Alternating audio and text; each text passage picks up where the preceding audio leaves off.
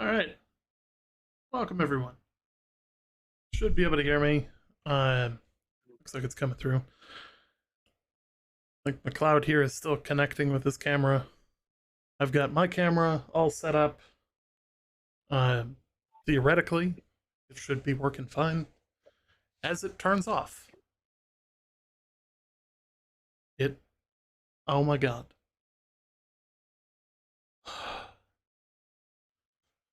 Are we having issues? We are having issues.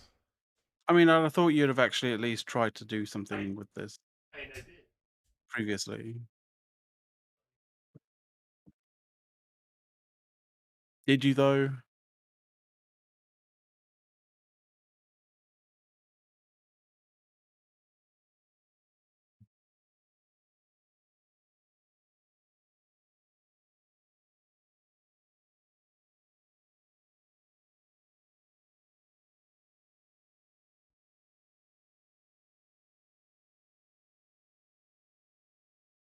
Also, yeah, welcome, guys. Hey, Nick. Hey, Nikki. So you Sorry. guys can hear me. I'll at least point the microphone over at me. Welcome, everybody. Normally we have cameras up. You know, sometimes that just doesn't seem to be the case. Crown's there as well.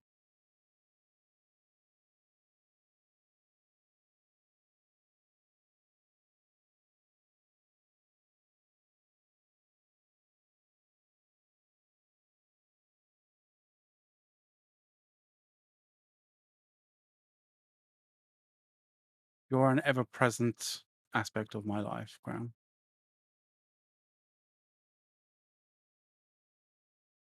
I don't know what that says about me or says about you, but, there it is.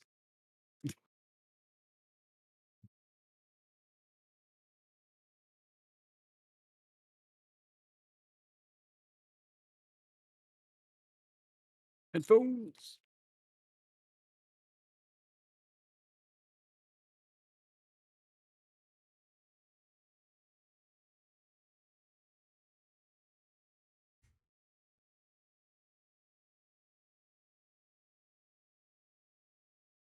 Right. All right. Theoretically Yeah, speaking, back. and now it's Ace does look like he's back, yeah. short. But... All right. I hate this software. Hey. I mean, you may hate the sort of like, the getting it kind of sorted, but like at least it's be fucking stable compared to whatever the what fuck it's it been. was. Yeah. Yeah. All right. You do. Apologies for the shit show that is the start of this show.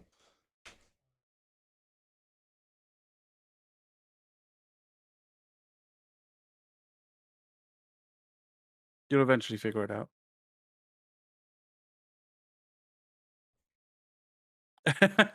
I mean, yeah, we do literally see have the to get up F4.0 and to hit the camera.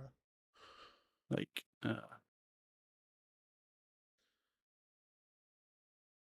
So we'll deal with that at a later time. The camera settings, but yeah. Yep.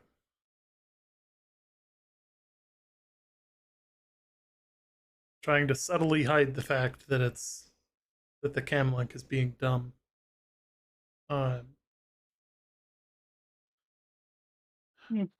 the webcam utility is supposed to work with the Canon M50, but it just chooses not to. Webcam. Oh right, yeah, okay. Right, Yeah, wondering why. I was there being like, why are you using the webcam utility with this now? yeah. It basically just chooses not to. Um, and that's an issue for me. Um,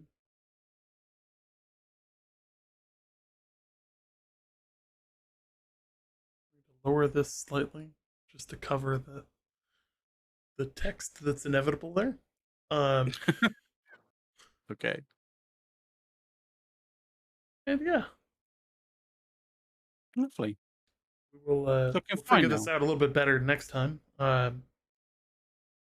Gotta love the cameras these days. Like, you know, my fear is that in a half an hour when the display turns off, the camera is set to not turn off. Okay. It's set to not turn off. The display is going to turn off in 30 minutes. And that is the maximum Well, setting on the camera. well, if the display turns off, it shouldn't turn off. Like, because if the display turns off, that's not the output. That's just what you see of the output. Like, My fear is it's like the if same output because like you could see all the ISO and focal length no, no, settings. no, no, yeah, So but like my that's fear no, is it's that's the same video feed. no, Like, because I have the ability on my GoPro to showcase that or not showcase that. But if the GoPro kind of like rear screen like turns off, like or sleeps, like that doesn't switch off the the output from the camera. So oh, yeah. you should be good.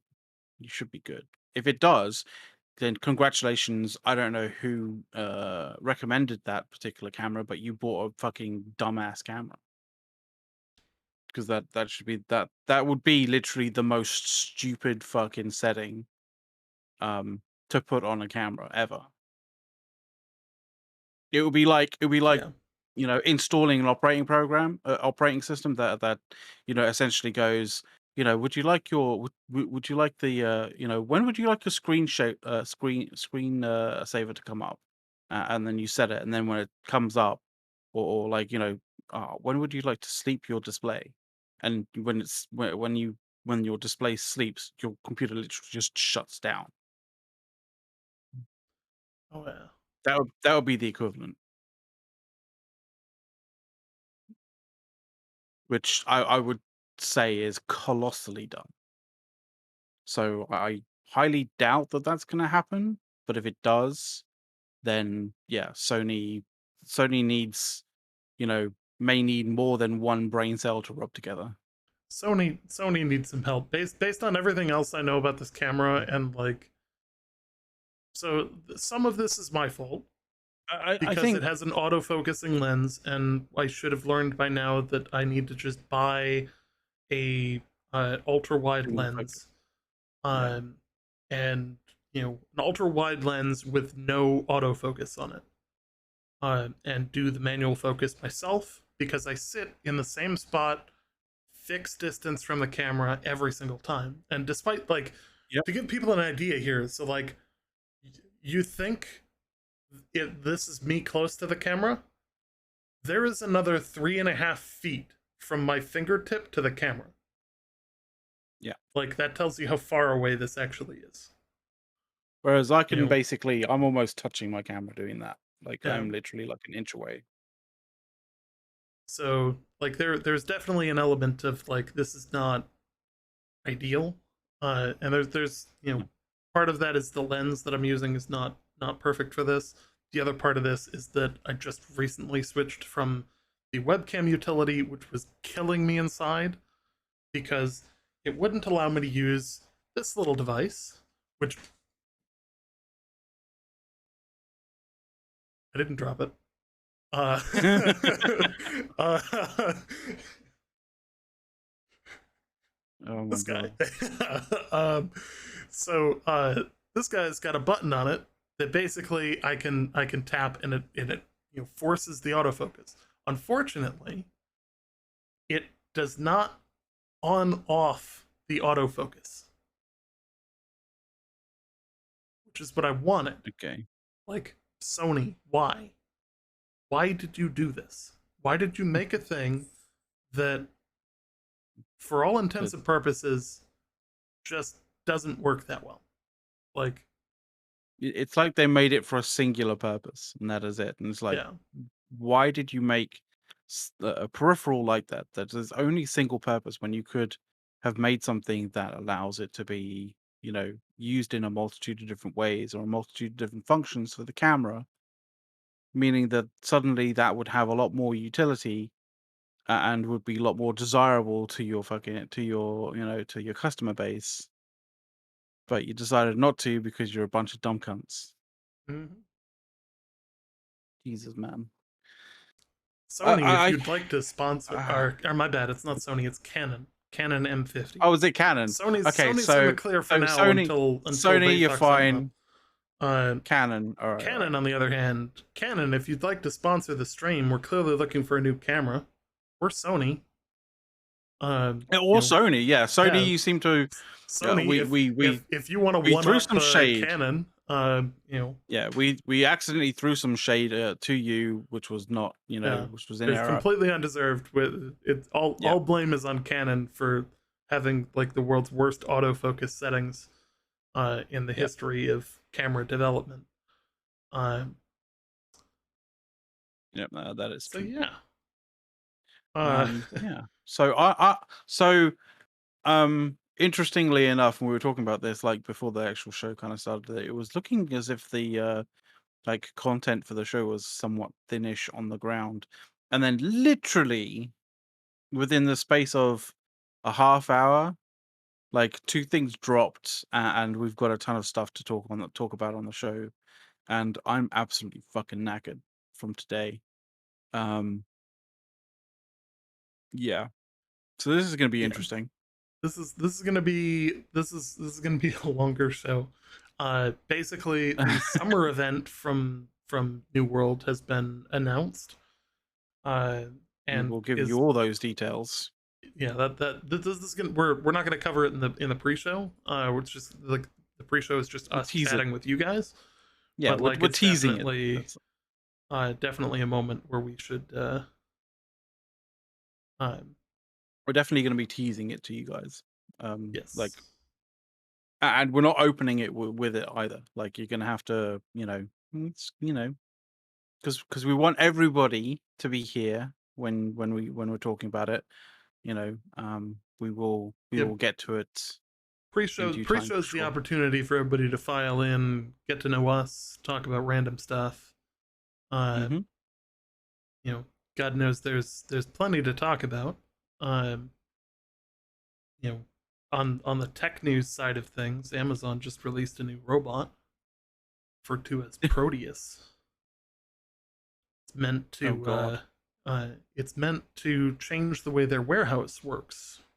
Uh, as they have also recently come out with the statistic that in some of their warehouse locations, they will have completely rotated through the community and will not have any new people able to be hired uh, within the next 2 years.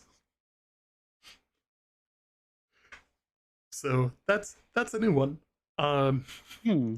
so they've basically realized that, hey, if you force people to walk, basically 14 miles a day to go get stuff throughout a warehouse, that can cause some problems. And these new Proteus robots are basically designed, instead of having the person uh, getting it, running around, they're going to have these robots bringing shelves to them. So they stand at a spot, and the robot kind of grabs the shelf, goes under it, lifts up, and just kind of takes the shelf with it over to the person. And this way, like, a lot of the running is completely negated. Um, so and they can kind of queue up, you know. So like the person will be standing there, grab something out. Once they grab the thing, the robot moves on, and then the next robot pulls up. So the robots, past it are going to know what's coming in the next orders and all that. so it can continually go grab the right shelves, and the system will remember where each of those shelves are. Hmm, These are also, not bad. maybe ankle high, uh, so So, they're oh, a bit of a actually, tripping hazard, but they're designed to not be similar to the old robots that people were consistently getting hit by. So one of the interesting things that I learnt, I think was actually on the WAN show, is the amount of turnover at Amazon, Amazon warehouses specifically, I believe. It is frighteningly large. yes, uh, it's ballpark like 150% per year, Yes, or it's around it's about like 150%. 13% per month. Yeah, it was kind of crazy. 13% per month, or I think, yeah, it's like 150 Now that's per obviously year. their like logistics side of things. Uh, Yeah, like obviously yeah, they're not replacing their sort of like, you know, like district coordinator or district manager every, every year. Like, every like 9 months or whatever, right? So clearly that's not the case, but like, other areas of the sort of warehouse kind of distribution side of things like are being replaced quite significantly fast, which, you know, proves to be a bit of an issue because essentially what that means uh it is they're running out of staff in certain places, and at some point they're going to be a case of there's going to be no more staff that they have um that they can recruit because they've already recruited them and they've already replaced them for whatever reason.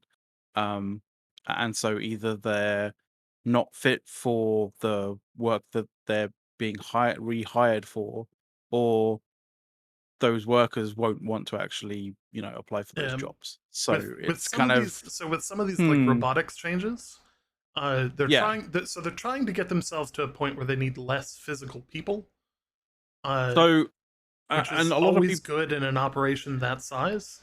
And of course, like when you have a I turnover in that size, like obviously, like there's reasons people are quitting. One, if you walk 14 miles a day through a warehouse every day, 6 days a week, your life sucks. yeah, your Like, life does you suck. know, And in all honesty, there's a lot of people who are like, well, if they just replace people with robots, then people are going to be without jobs, right? And that is an understandable negative for sure.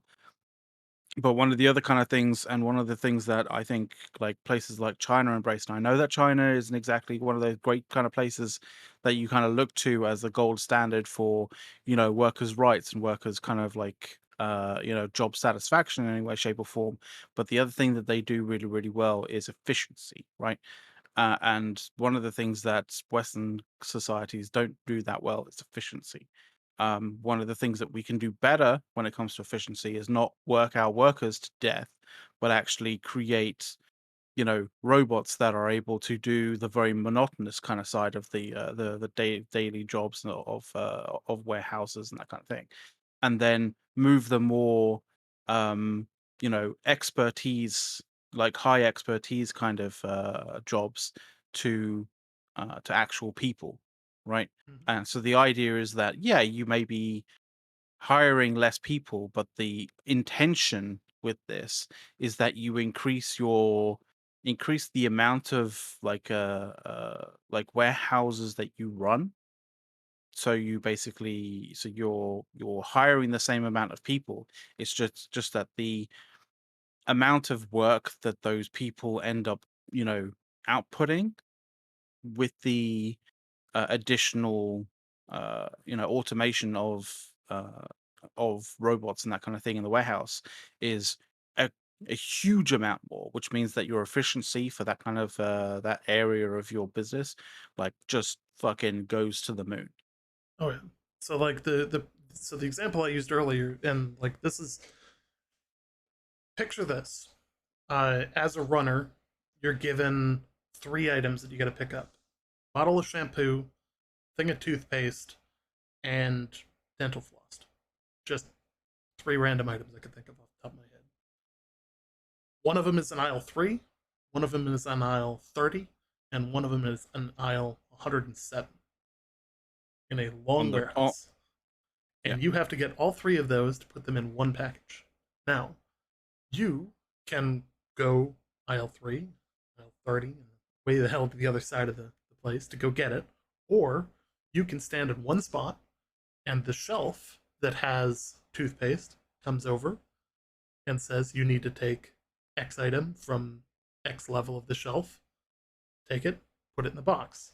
That robot runs away, and behind it is the shelf from the other aisle that's come to you to get to get the item or to get the next item, and then the third one is already queued up behind it, so you can This quickly load them up. yeah. Boom, that box is out there, minus the 3/4 of a mile walk. This You know, almost reminds me of Monsters Inc. Like, you know, that kind of bit where there's just like a shit ton of like, you know, doors flying around everywhere and like, you mhm. know, all automated and that shit. Like, yeah, like that. For whatever reason, that reminds me of that. It's like you don't go anywhere, the door comes to you, right?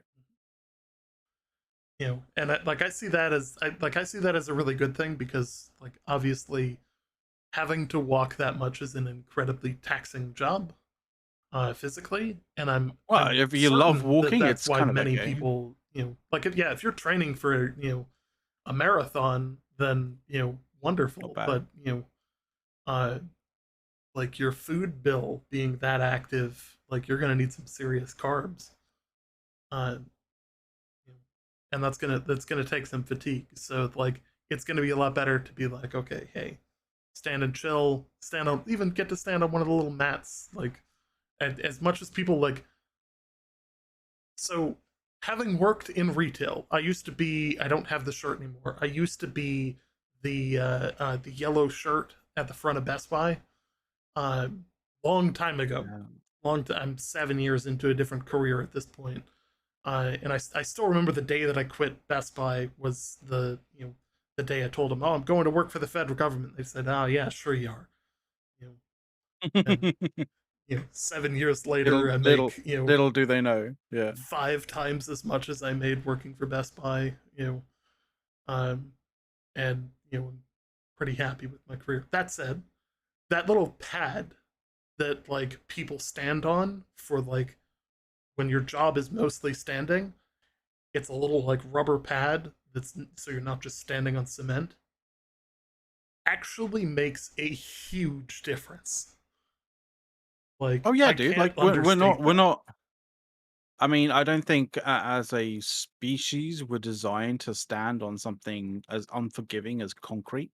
Like, you Yeah. know, our bodies are more used to and designed to actually be, to stand, walk, move, basically interact from a foot perspective with ground, like with dirt, with you know, grass and that kind of stuff. So, you know, To solid anybody in the concrete crowd sucks. who's wondering like what the hell we're talking about, welcome to the pre-show. Yeah, we talk about Like anything and everything. this is just us warming up. Like yeah, most animals aren't made to stand on concrete or in concrete. Yeah, yeah, Like yeah. like it's super uncomfortable, and like those mats actually really help. But like imagine having to walk 13 miles on concrete every day for work. you Man, know like, and your like feet would fucking like hate if you you. think about it, like the other complaint that's happened in the past is that Amazon workers weren't getting the appropriate amount of time to go to the bathroom.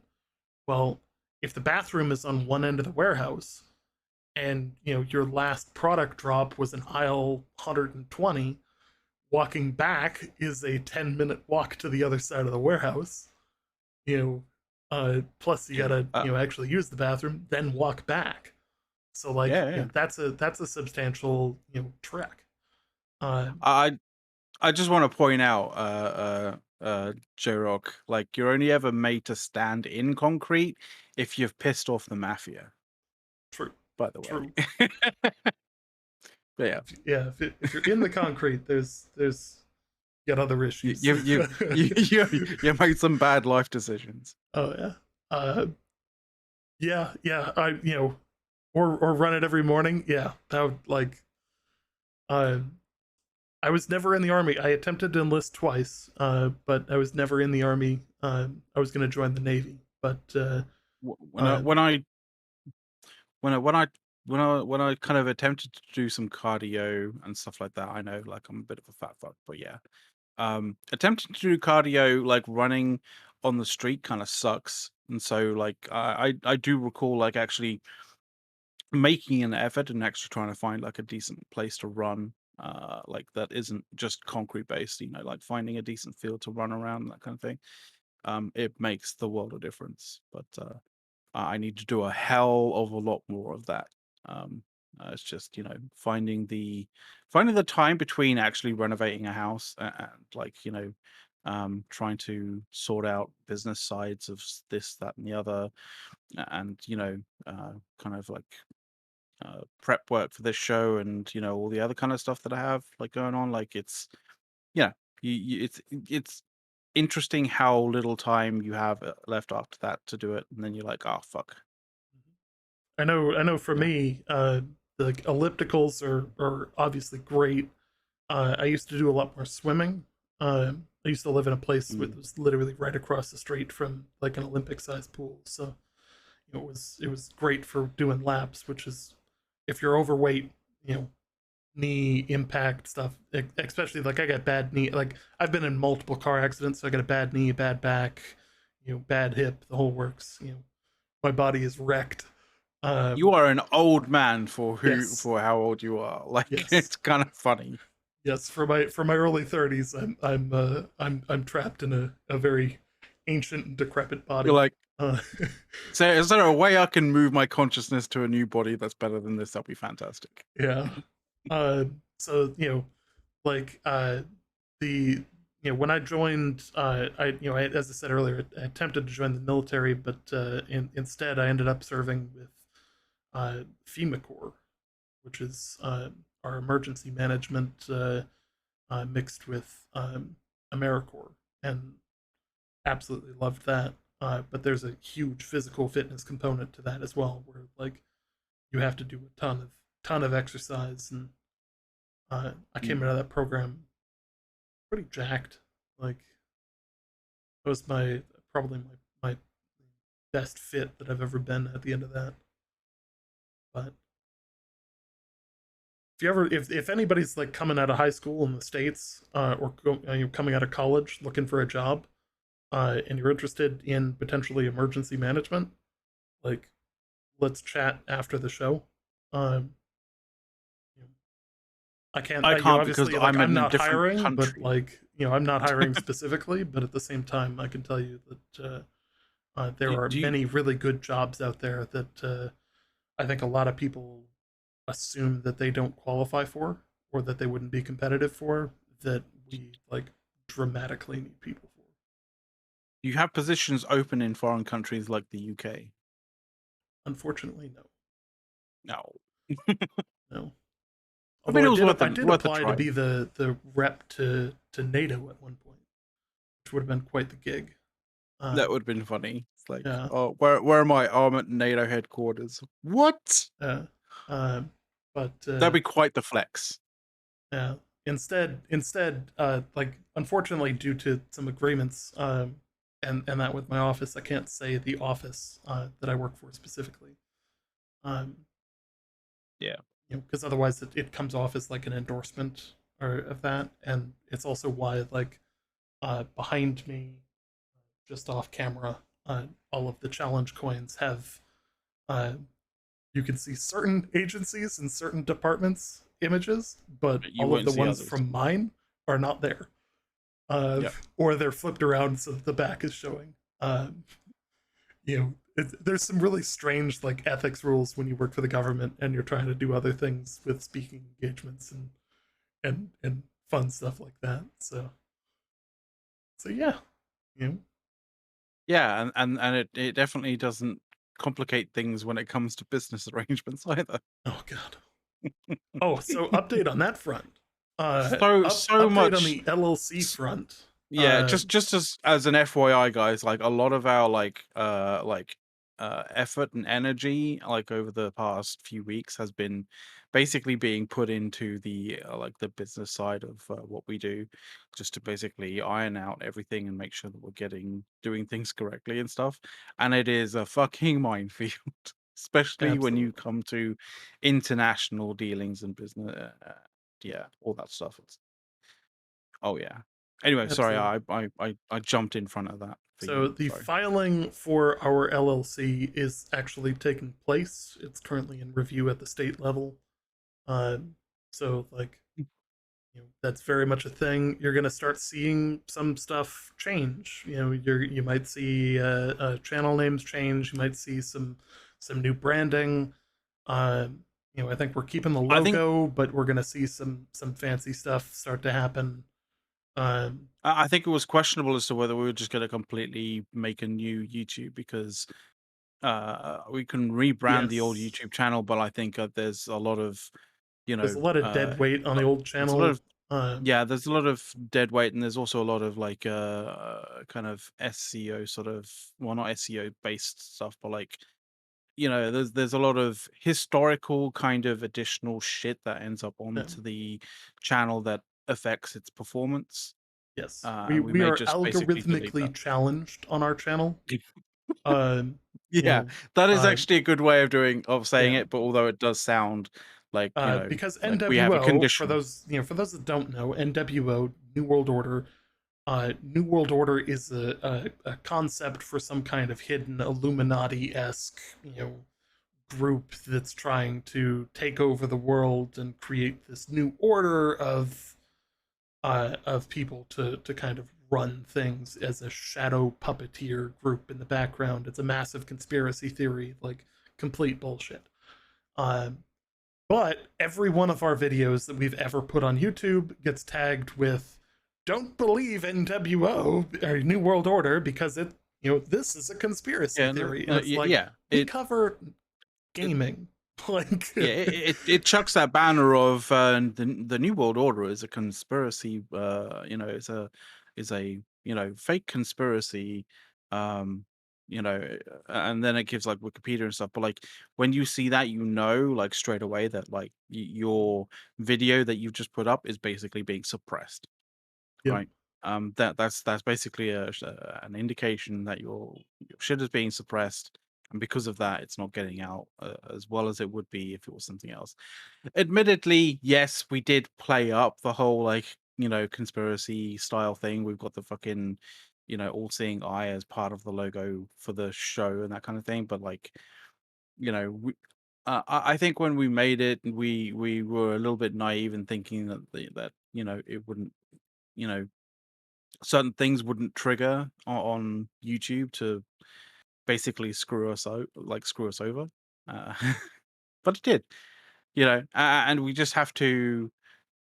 We've rolled with that, and I think at this particular point in time, when we kind of do some changes, we're just going to basically redo the whole kind of uh, like YouTube side of things. I think that is probably the probably is going to be the most significant change. Like, I think the Twitch um the name for the Twitch channel is probably going to change, but like we're going to keep the actual channel obviously because we've take getting the amount of Yes. followers that we have has taken time and effort, and we don't it's Once the LLC is finalized with the state, and the reason that I have to wait for that before we announce the actual name of it, yeah, um, is because somebody could actually still come in and swipe the name um, yeah, from the process. So like once it's done with its processing with the state, and we officially get the go ahead from the state that it's an LLC, then we'll be good to go. Um, yeah. and you'll start seeing stuff immediately after that. But fortunately, I can't announce the name change. That said, at No. some point in time, expect the channel. The camera just flipped off.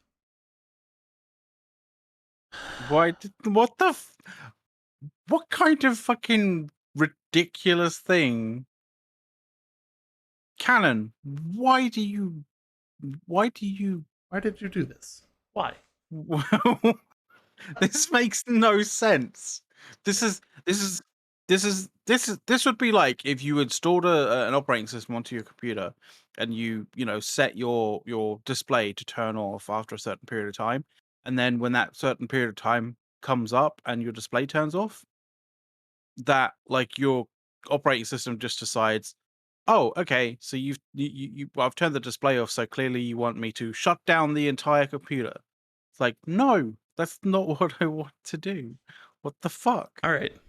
So I'm Yep, it's going back to up. Like basically set a 25-minute timer to make sure to that make doesn't sure you happen again.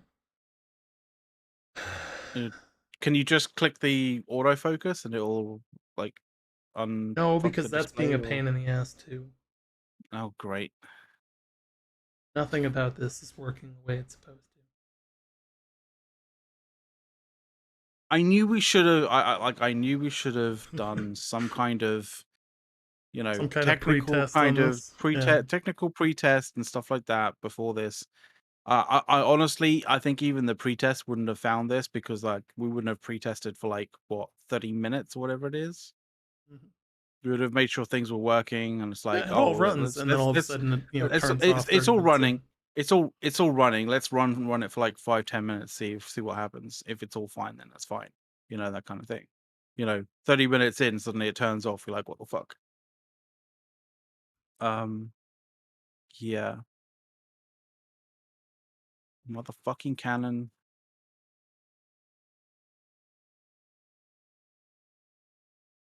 It's a mirrorless, right? I think so. Sorry, what make again? It's an M50. I don't know if it's mirrorless, M50. but Okay. yeah. Needless to say, like I'm not thrilled with this camera. Um, gonna have to do some further testing. Um, but yeah. Uh, so outside of that, uh, this is like the bane of my existence is this fucking camera. Like, and okay, so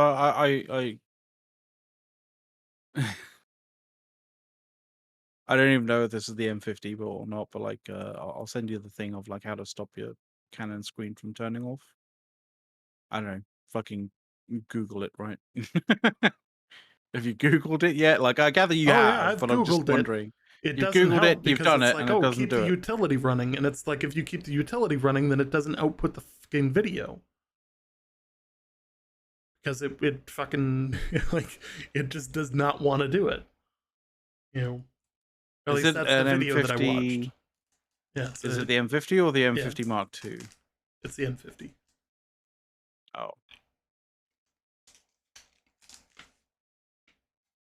okay.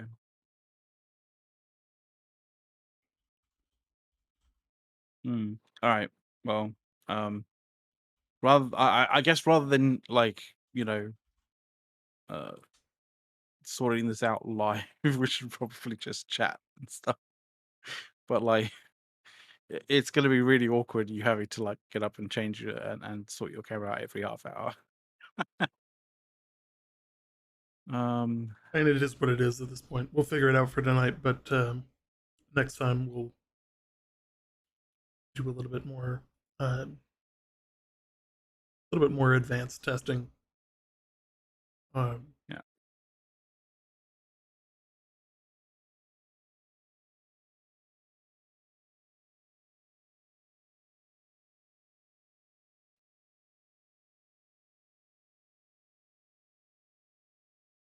Hmm.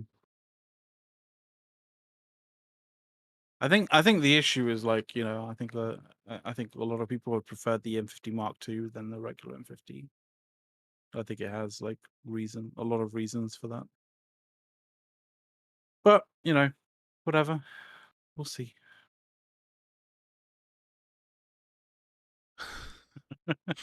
I feel like you're watching Elgato's a video to website figure lists it it out. as questionably uh, Although they do have like or some they partially capable of operating with the cam link. Canon M50. What a joke.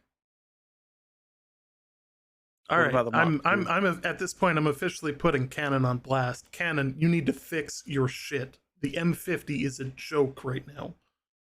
Like, this is every show for the last 8 months. That I it's think either it's one your of those shit things where they. autofocus software or your complete lack of understanding on how these cameras are being used. Like, I think honestly, dude, I think they're just gonna turn around and be like, just buy the M50 Mark II. And you'd be like, that shouldn't be the answer to that. Like, oh, are you having issues with one of our products? Spend more. Like, no. Create a capable product that does what it should do, you know? see, the M50 is not listed on here, or M50 Mark II isn't listed on here.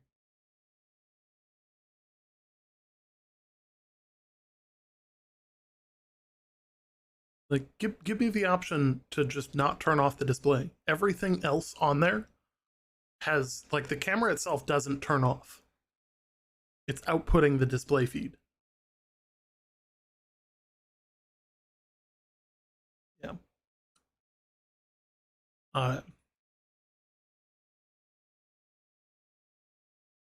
Like, I'm sure, like, you guys in the audience are probably like, yeah, this makes total sense. Why wouldn't this software work? Why wouldn't a $700 camera, with a cam link and $40 worth of cables, uh, work Uh, for streaming? God forbid. out of interest, have you turned off the viewfinder, right? So I guess I gather you've disabled the viewfinder. Yes, the viewfinder's off. You've done that. Okay. Okay. Sorry, I'm going through. Magic Um, Lantern. I haven't heard of Magic Lantern. Um,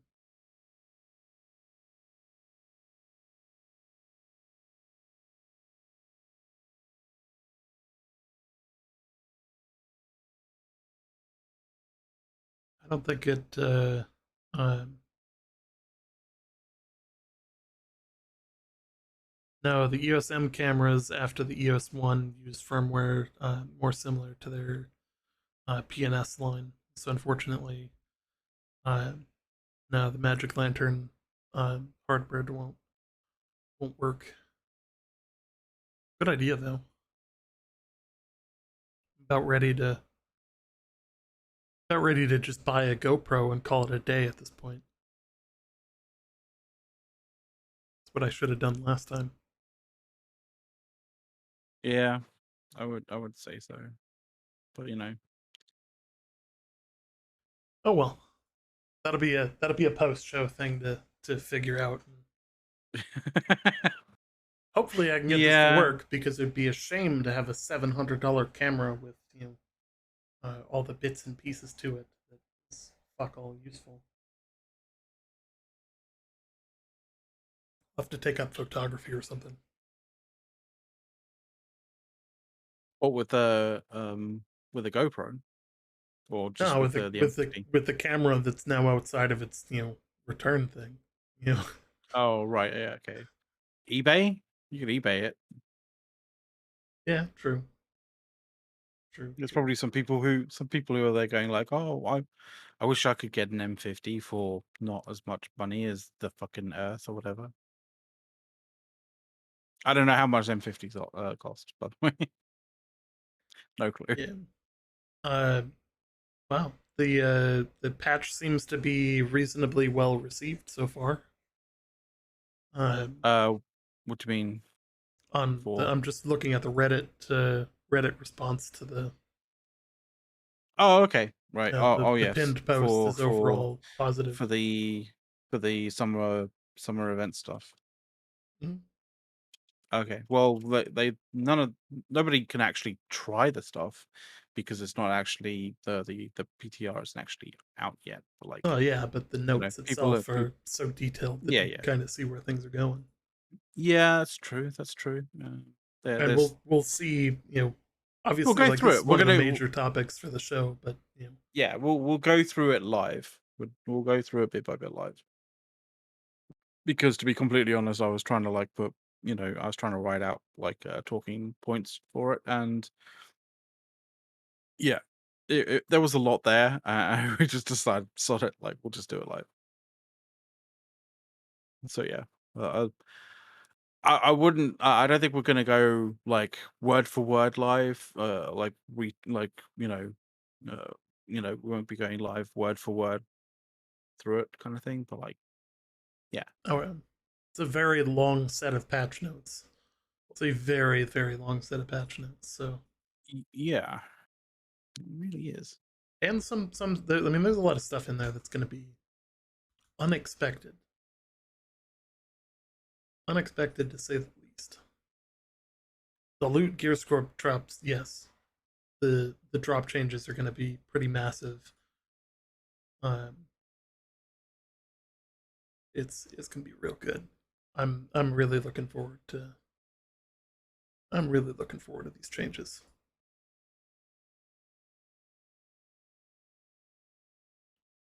There's some good stuff. There's actually Yeah. some good stuff. I think mine, and Um, this has been talked yeah, about for a while now, is the complete removal of tuning orbs for expeditions.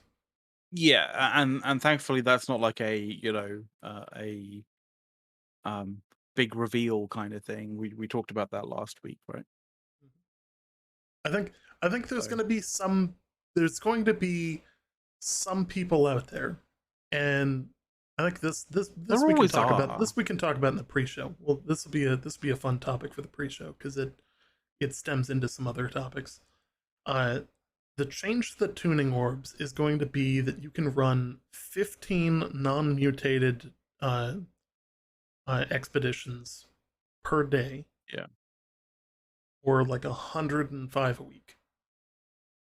So I saw a few kind of like comments regarding that, and there's obviously reasonings why those numbers came about.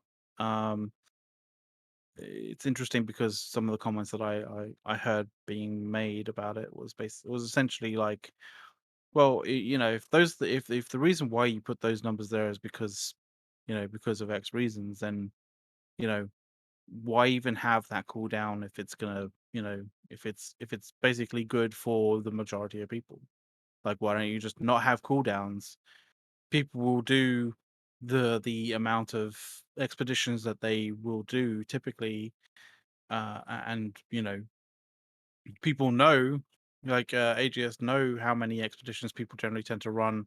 If they if they're hardcore, if they're not hardcore, and I think at this particular point in time, kind of trying to trying to uh, how could I say trying to comfort people who aren't progressing fast enough from the people who've progressed, who are progressing or have the time to progress really quickly. Um, that horse is bolted. That horse is gone. That horse went weeks ago, months ago, right? Like, if you're trying to prevent, if you're trying to sort of like, um, put in cooldowns to prevent people from getting to end game at this point in time, compared to people who are playing the game fairly somewhat casually, like, there's already so many fucking people at end game, like in terms of gear score, in terms of like the things that you get from expeditions and stuff like that. Like, what's the fucking point of putting cooldowns there at all? Like, it makes no fucking sense.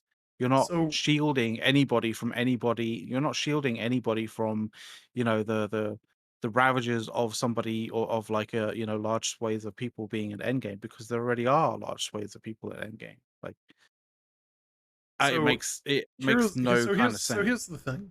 Um, I'm not against I'm against putting limits in place. However, these limits are so high that, and the average expedition run is what, 15 to 20 minutes? Yeah. So if you're running 15 of them, the plot a calculator for this. Okay.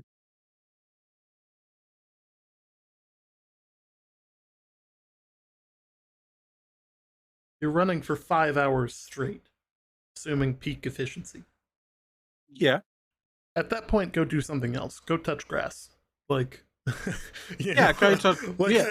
I think that's But actually like a but healthy limit. Ace, You know? Ace, what if I touch grass like 5 days out of the 7, and of those 2 days where I'm not touching grass, like I want to fucking do expeditions for 12 hours a Then day. go do the mutated ones afterwards. Like, Can I because they're do on two 12 different hours of things. mutated? Can I do 12 hours of expeditions, both regular and mutated at one, What's in one sitting? Like, See, I forget what the cap is for mutated. and this is the thing, like, But like it's a still, case of, like but if but you're but again what you 12 hours but straight of the same content back to back to back, just I get where you're coming isn't from. healthy. I You know, I get where you're coming from, but what I'm saying is like it's a 20 mutated per week. it's So it's a that's less, five but yeah. five in it's a um what I'm saying is, like, if you have a limited amount of time, then chances are you want to like smash out the content when you can. And if you're not a like Again, we're if you're talking not about a 5 hours at like peak I efficiency. I know this, dude, So but it's probably closer to is 7 with breaks. what I'm saying though, dude, is if you only have 2 days to get it done, the game is literally stopping you from getting it done in 2 days. I mean, So it's the only again, time when the cooldowns that's a really the long play only session already. the only time the only thing that the cooldowns prevent are casuals catching up to hardcores, because hardcores like get to do those, get the time to be able to do all of those expeditions every day. Whereas most people who aren't casual, who aren't hardcore, who actually have dependencies, who have things going on in their lives during the weekdays, don't Your get to be able casual to do it. player isn't going to be running 15 of these in a day. Like, even Well, even no, me, and I no, would say that I'm a pretty maybe not pedestrian effort on here. You know, a regular day, no, but maybe if they want to smash it through a weekend because they just want to, like, they've dedicated this weekend to do it. Maybe not every weekend, but maybe just this weekend. You know, they can't. They can't because the game literally stops you. and they're literally And getting the thing 5 to 7 hours worth of content before they get turf to go say, go do a different set of content. There's still more that they can do. It's not saying you can't continue to play. It's just, no, go no. do But what I'm something saying else is, today. the game is saying, look, you're a casual player. Go do something different. Doing all of the, like, doing this amount of like a single bit of content is only really for hardcore players, and you're clearly not a hardcore player because you don't do this every day of the week. So go do something else, please, and don't do this stuff, because this stuff is only for hardcore players. For do it, if you want to do it this much. Well, That's you basically don't what this have to thing is do it saying. that much The though. cooldown is basically saying exactly that. It's basically saying It's you can it's only do this capping how amount. far ahead the fastest people can move. And No, no, no, even no. with the It's mutated cap. ones, it's capping how It's it's far they can move ahead. it's capping out how fast you can sprint. But progression in an MMO, especially a super grindy MMO, is not about how fast you can sprint over a short period of time. It's about how fast you can keep doing it for the marathon, right? And if you set the marathon to be, what was it, like 25 a day, non-mutated, and 20 a week mutated, guess who's not doing the 20 a day or 25 a day? The casuals. Guess who are doing the 25 a day? The hardcores. Right? They're enabling 35 hours a week at 20 minutes a Mhm. run, peak Yeah. efficiency. Yeah. And Like hardcores will do again, that. they Hardcores will do that. and go for it.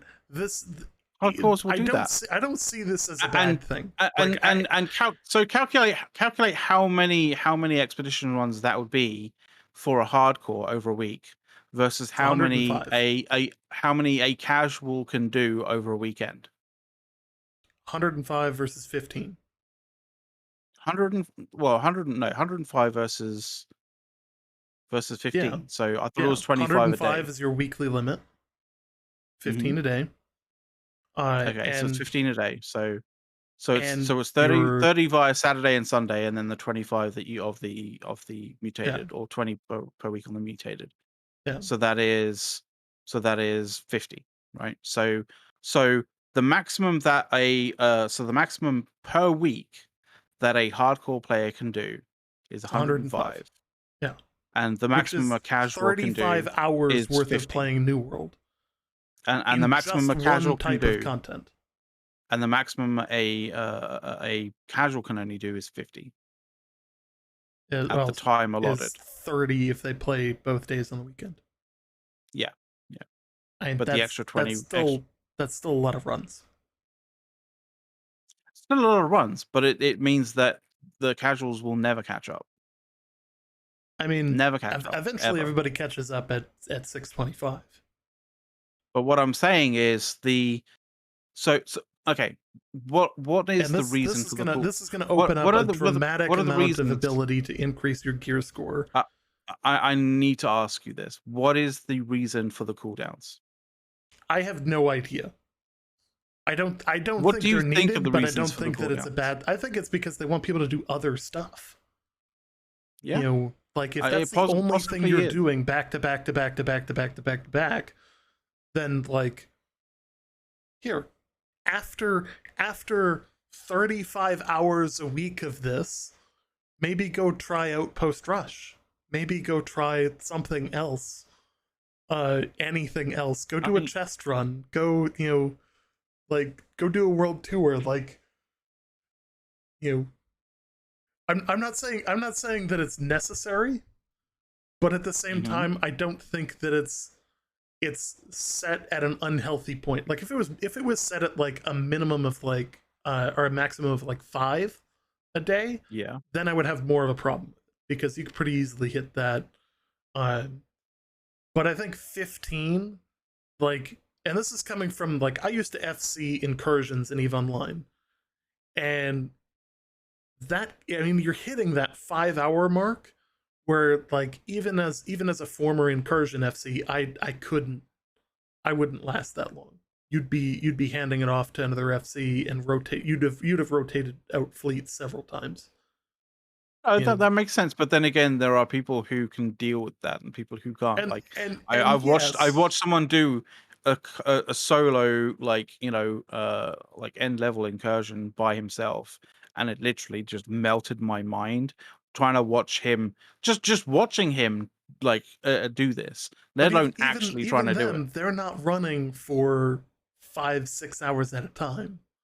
No, but what I'm saying They're is like running that for an hour or two, and then they're completely crisp in the brain, and Yeah, but they're what I'm done. saying is, like, what I'm saying is certain people have certain capacities over others. Like, like, clearly that dude could basically run, And could run again, 15 of incursions pretty these easily to in do. the five, Yeah, like yeah. when you get into that 5 hour range, like that's a lot.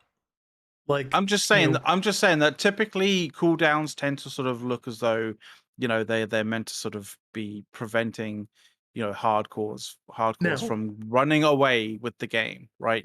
I'm going to flip my Whereas opinion on its head, and okay. and turn to the mutated. I believe that 20 is way too low for a week. I Because mean, that yeah, should be the maybe. rewarding content. That should be the, like, hey, like, you're pushing the envelope, you're doing higher and higher level, uh more and more difficult stuff. I think that that should be changed to maybe 5 or 10 a day. uh you know, like, Yeah, now yeah. I can see what they're trying to do, because expeditions drop a lot of loot, and they're about to get a lot better with some of these other I just changes. That said, we just passed over the 7 o'clock mark, so we do have yeah. to actually start the show, and this will be part of the show. So, like, Well, that's yeah. you know, We could talk about this in the yeah, show anyway, so it's all yeah. good. Our first topic for tonight is New World, so catch us on the other side of the intro video. We'll be right back after that.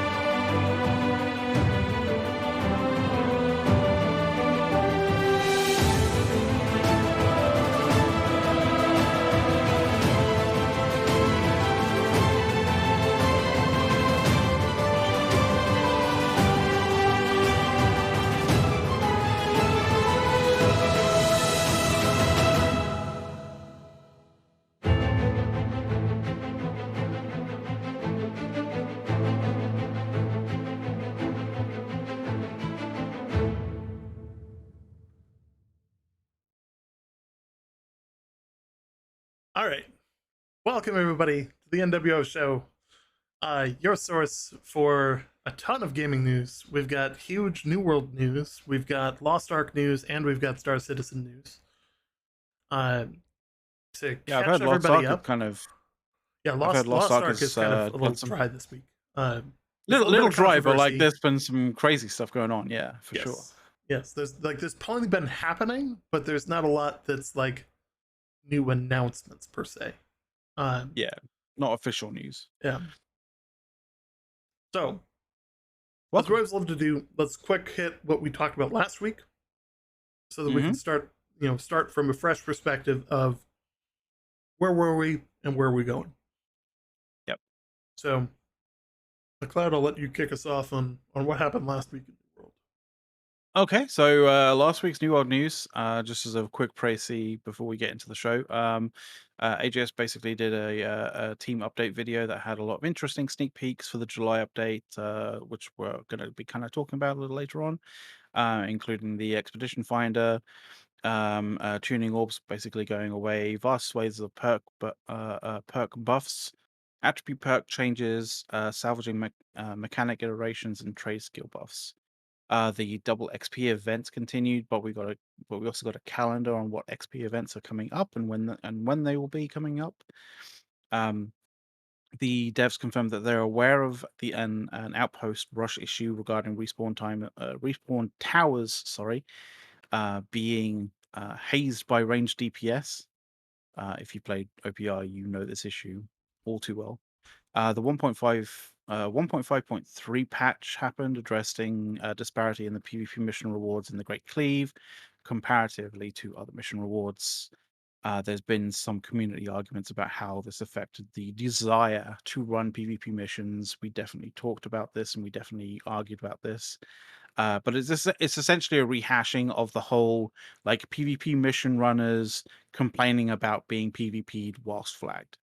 And this is a known gripe for the longest of times.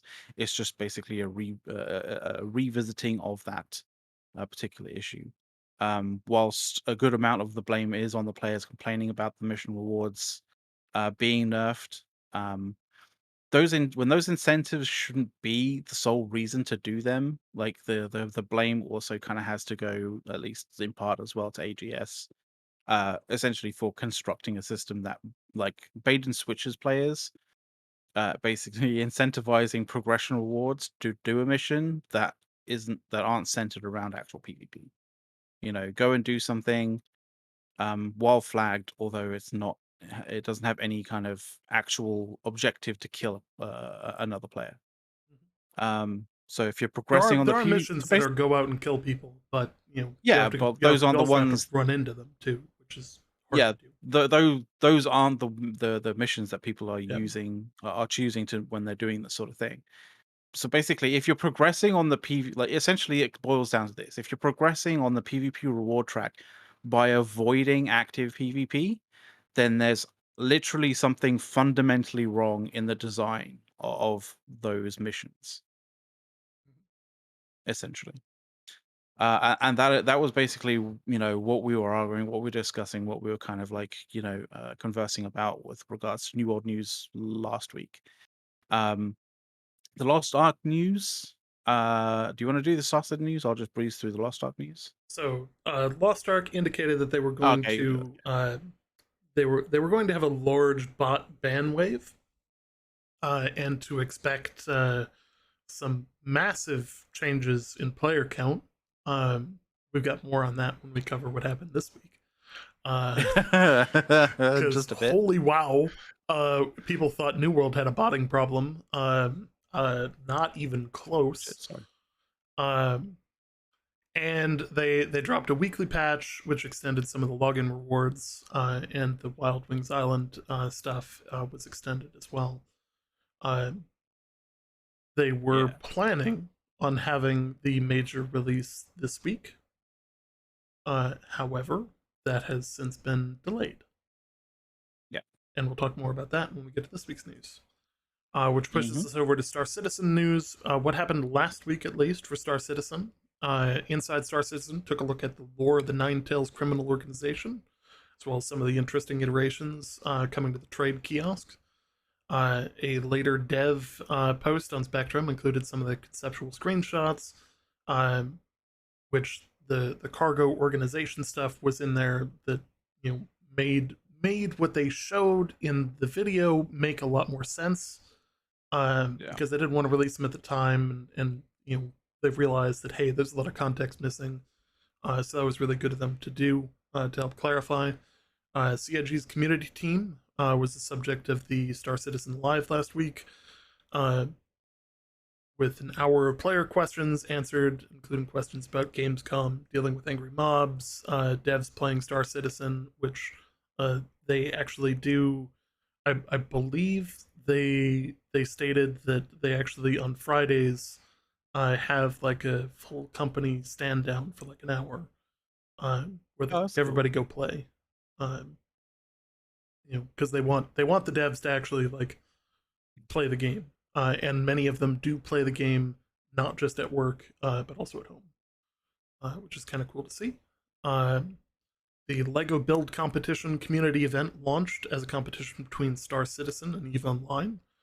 Seems to be all in good spirits, and the losing IP has to build the winning's IP's first place entry live on stream with proceeds going to charity. Um, Winners and runner-ups from each IP communities are also getting prizes as well. Um, uh, there was some Xian lore, or Xian lore. My bad. It's okay. It's one of those things where it's like, oh, how do you pronounce Yep. that? Like, but thankfully, Quality writing here, by the way. For those that can't tell, like McLeod it's all here right. does a lot of work on our show notes and that, and I'm clearly reading it, and he actually put in the pronunciation phonetically, so like that's how I would correct myself rapidly there. Hey, Uh, I like to help. I like to yep. make things a little easier. You Uh, know. so that was heading up the start of Alien Week, with some hints at some updates to the Banu Merchantman, which we'll talk about more this week. And we'll talk Hmm. about how my wallet got a little lighter. Yeah, Um, and then it was about Starfield because we mhm, could not talk about Starfield. mhm. The Star Uh, Citizen community was on fire talking about Starfield and, oh, is this gonna kill Star Citizen? how In no how way how are they the how could same. You know, how could Bethesda make a game that looks so similar to Star Citizen in such a short period of time? Well, you know, yeah, truth be told, it's not, and they didn't. yeah. So It's yeah. Basically, it's a hell of a lot easier to make Mass Effect than it is to make Mass Effect or Destiny, where like there's cutscenes in between, in between content, and there's loading screens and all of that. Like that's a lot easier to do than a persistent universe with with no loading screens. very large ships and no loading screens. That from the moment you spawn in, you are a physical entity in the universe, and you maintain being that physical entity until you log out Or um, die. or die.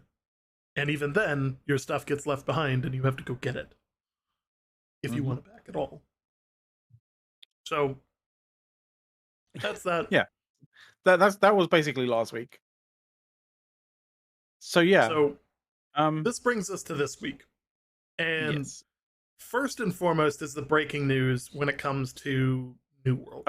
We're doing it this way. All I'm right, fair enough. I'm I'm I'm gonna go Yeah. completely out of order. I realize that you made a quality set of patch It's notes, and it's I'm okay. already It's okay. jumping It's way okay. outside of it. It's okay. I think everybody wants to know the summer update, Yep. like I context. basically So just yeah, fair enough. jumped 9 bullet points ahead just to throw McLeod off. Uh, It's okay. It's like as long as I know what we're doing. If you're like scattering like between the different bullet points, then I have no idea what we're doing and where we're covering it. But like if we're just going straight to that, that's cool. oh That's yeah. fine by me. We Oh can yeah. go do this. Like we can go through the bullet points and then do the rest live. That's all fine by me. So, So yeah. AGS have finally released some of the summer update content that will be live on the PTR starting tomorrow. Hmm. Uh, this is Literally, not a and small amount of shit being dropped, by the way. yeah, This is a it's lot of literally stuff. in less than 18 hours from now, like Yes. 17 hours and 47 minutes time, Yep. hopefully. I'm going to put the time in chat. June 23rd, 10 a.m. Pacific time, 5 p.m. UTC. Uh, it will be on the PTR. There is one world on the PTR, US East, PTR 1. Uh, will be online. They encourage people to play in groups. There will be, of course, a number of backstories that you can choose from when you go into the game. Those backstories enable you to kind of start at different levels. So if you wanna quick try out things like the new expedition, um, then that is very much one of the things you're going to want to do. That is the Barnacles in Black Powder Expedition. It's looking to be set in Cutlass Keys on the eastern shores, so possibly near Kale. Oh, I'm not even going yeah. to try. No, My no. Spanish is I, not that I, good. yeah, that's fine. Oh, the link in the bottom corner. If anybody's interested in playing Star Citizen, that link in the bottom corner. I forgot to turn it off for this section, but that's our referral code for Star Citizen. Um, if you're looking to try the game, it's worth using that because it starts you off with a little bit of extra cash uh, in It's game just, it to just, kind of buy gear with. it just periodically forgets about like the Yep. fact that he puts that up on the last part of the show from last week, so it ends up like returning and making itself known I should put through a the thing above next that through that's the next like show. check out Star Citizen with this code, but Yeah, that's working. we'll work it in. We'll work it in. It's fine, dude. Like it's fun. Oh yeah. All right. But yeah. So Barnacles and Black Powder Expedition. This is going to be obviously a pirate themed expedition. Mhm. Like all of the Yes. NPCs will be pirates. They'll be kind of the drowned pirates theme, uh, Yeah. which I So personally love. apparently it's going to be set in Cutlass Keys, right? So Yes. Cutlass Keys on the eastern shores. I was kind of looking at the map and kind of looks like it may be kind of near Cayo de la Muerte. And that's basically the place where there's the level 40 elite lost open world areas. It was specifically stated that it will be an end level dungeon. Um, and yeah, and it'll be at the small docks at the southeast of Cutler's Keys, if you know where that is. Mhm.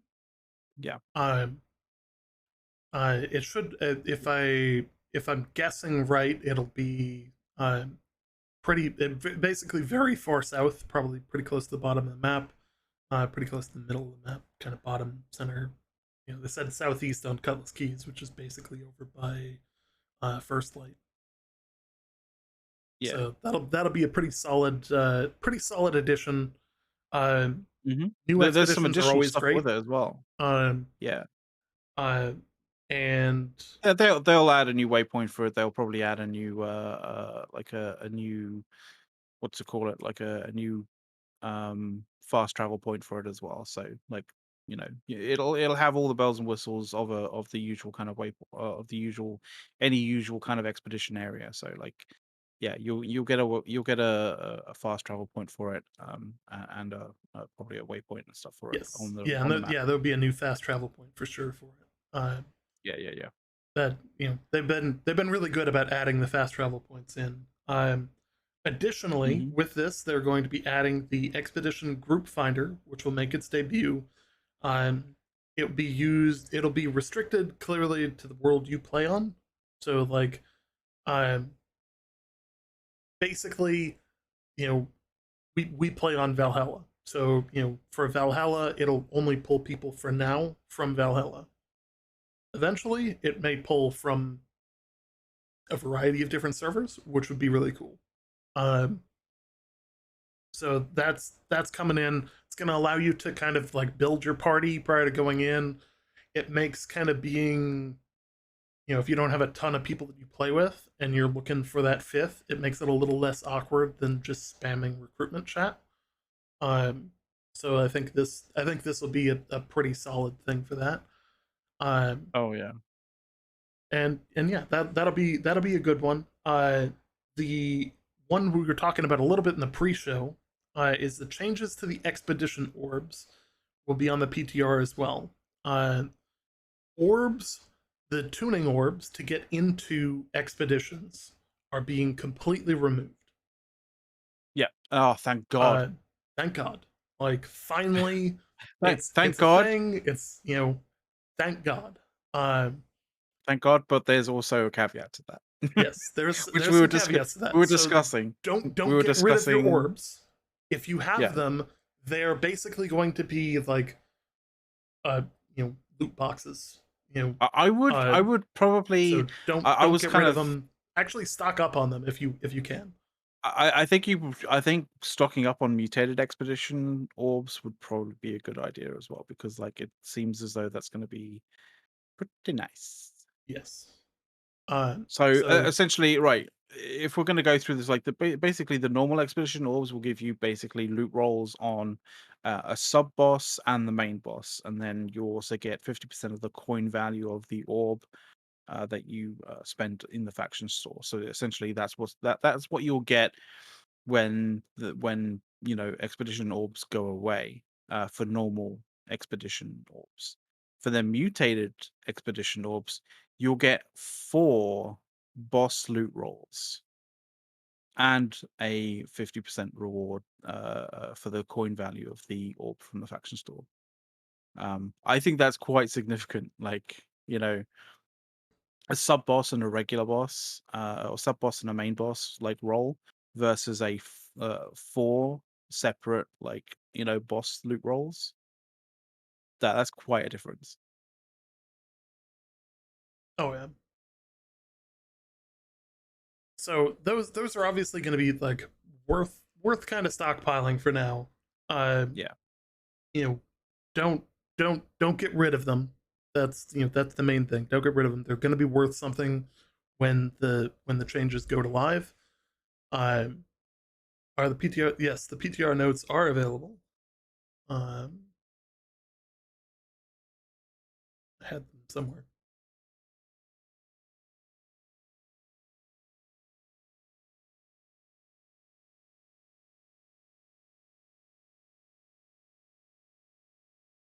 Where are the actual patch notes? Oh, the actual patch Yeah. notes. I had the link for it a minute ago. Um, oh, they were somewhere. Where were they? Ah, they're there. It's actually a really long set of patch notes. Yeah. If we went if we went through this via the patch notes on the actual forums, we'll be here literally until the we'll probably still be we'll be finishing up probably at the point where the the uh the PTR would be opening up Yep. essentially. So some of the changes to expeditions. 80% of the coin from expeditions are going to be Mhm. removed but redistributed into the open world elite chests and corruption breaches twice daily, so you can earn these coin drops, which manifest as bags that open for 500 gold apiece. So basically, I they're removing the yeah. cost to get in, but they're also kind of debuffing the gold value This and is kind of gonna be shifting a it to another piece of content. this is going to be a huge buff in terms of gold coins, um, increase for people who do what is referred to as world tours or WTs. And it almost seems like maybe there might be an incentive um, for people to do to do actual 2 world tours a day, because essentially, yeah, essentially what's being said is that you'll be able to do this twice daily. I don't know whether you're able to do it straight away, or whether there'll be some kind of cooldown or some kind of reset within a certain period of time or at a certain point in the day. But like essentially, it could potentially mean that you could be running 2 world tours a day, maybe. But it depends entirely on how much gold people are going to be pulling out from those world tours. Yes. So I we'll see how this manifests in the end, but it should be a decent thing. Yeah. The If it's 500 gold per every single time that you open up an elite chest, like, world tours are going to be really good for making gold. oh yeah. So in addition, everybody always hates not getting a specific drop. Yeah, if you're looking for So that drop, if you're looking for a it sucks. specific drop, a new system has been added where refining loot from expeditions will result in what's referred to as materia. Uh, it's a new resource specific to its origin expedition. So if you run Amaran Expedition, there will be Amaran materia that drops when you salvage stuff. Um, Yeah. and the idea there is that you will build up enough of this materia to buy or build the item in uh, in a weaponsmithing or armor smithing location where you can just change out the materia for the item. So basically, if you run it enough, you get the gear and you go, this isn't what I wanted. You change it out and go, okay, once you salvage enough, you actually just get the thing you want, which is much better than having to constantly run things over and over and over again just for the chance at getting it. It's kind of a basically it's kind of a mercy mechanic of finally I can just get this thing. Like, at least I'm working towards it if it doesn't just naturally drop. Um, so I see that as a good thing. Um, It's Also, possible that mutator maybe, loot yeah, yeah, yeah. has changed a bit. It has shifted and should be more rewarding for lower levels with more loot dropping. Mhm. Um, I need to scroll down um, on my thing here. They've shifted the difficulty levels at which loot unlocks. The system was originally intended to give players a sense of rewarding progression as they play through the different difficulty levels, which it did accomplish. At least they feel it did. But the lower levels didn't feel particularly good due to the sparse rewards. We've therefore changed that items unlock at which difficulty levels, which should result in a wider variety of lower level rewards. No loot has been removed, as specific items have shifted to unlock at different brackets and in certain groups, which that's definitely a good. Um, Now, Now, mutators can now drop all available accessory types because they've added another accessory type to each mutator. So, yep. yeah. Now let's dive into what we were talking about in the pre-show. Um, with the Mm. change in orbs, i.e., Yes. removing Okay. tuning orbs from expeditions altogether, uh, they are imposing a couple of limits. Uh, you can run Hmm. 15 normal expedition runs per day, or 105 per week per player. Yeah. So Um. Yes. now, I'm not a huge fan of hard limits anywhere. I would prefer like a soft cap, as was mentioned in chat earlier. I actually much prefer the soft capped approach of like run 15 and you get diminishing returns after that. Uh, Yeah. Again, that's like 5 hours worth of running expeditions. Yeah. So There, there, like, there was actually a dev blog from Tiger Crane about this. Like, uh, I highlighted it as such, but like, essentially, he goes on as essentially saying the limitations of an entry mechanic for expeditions allowed us a great kind of talking about the sort of like the introduction of it and kind of yeah, why.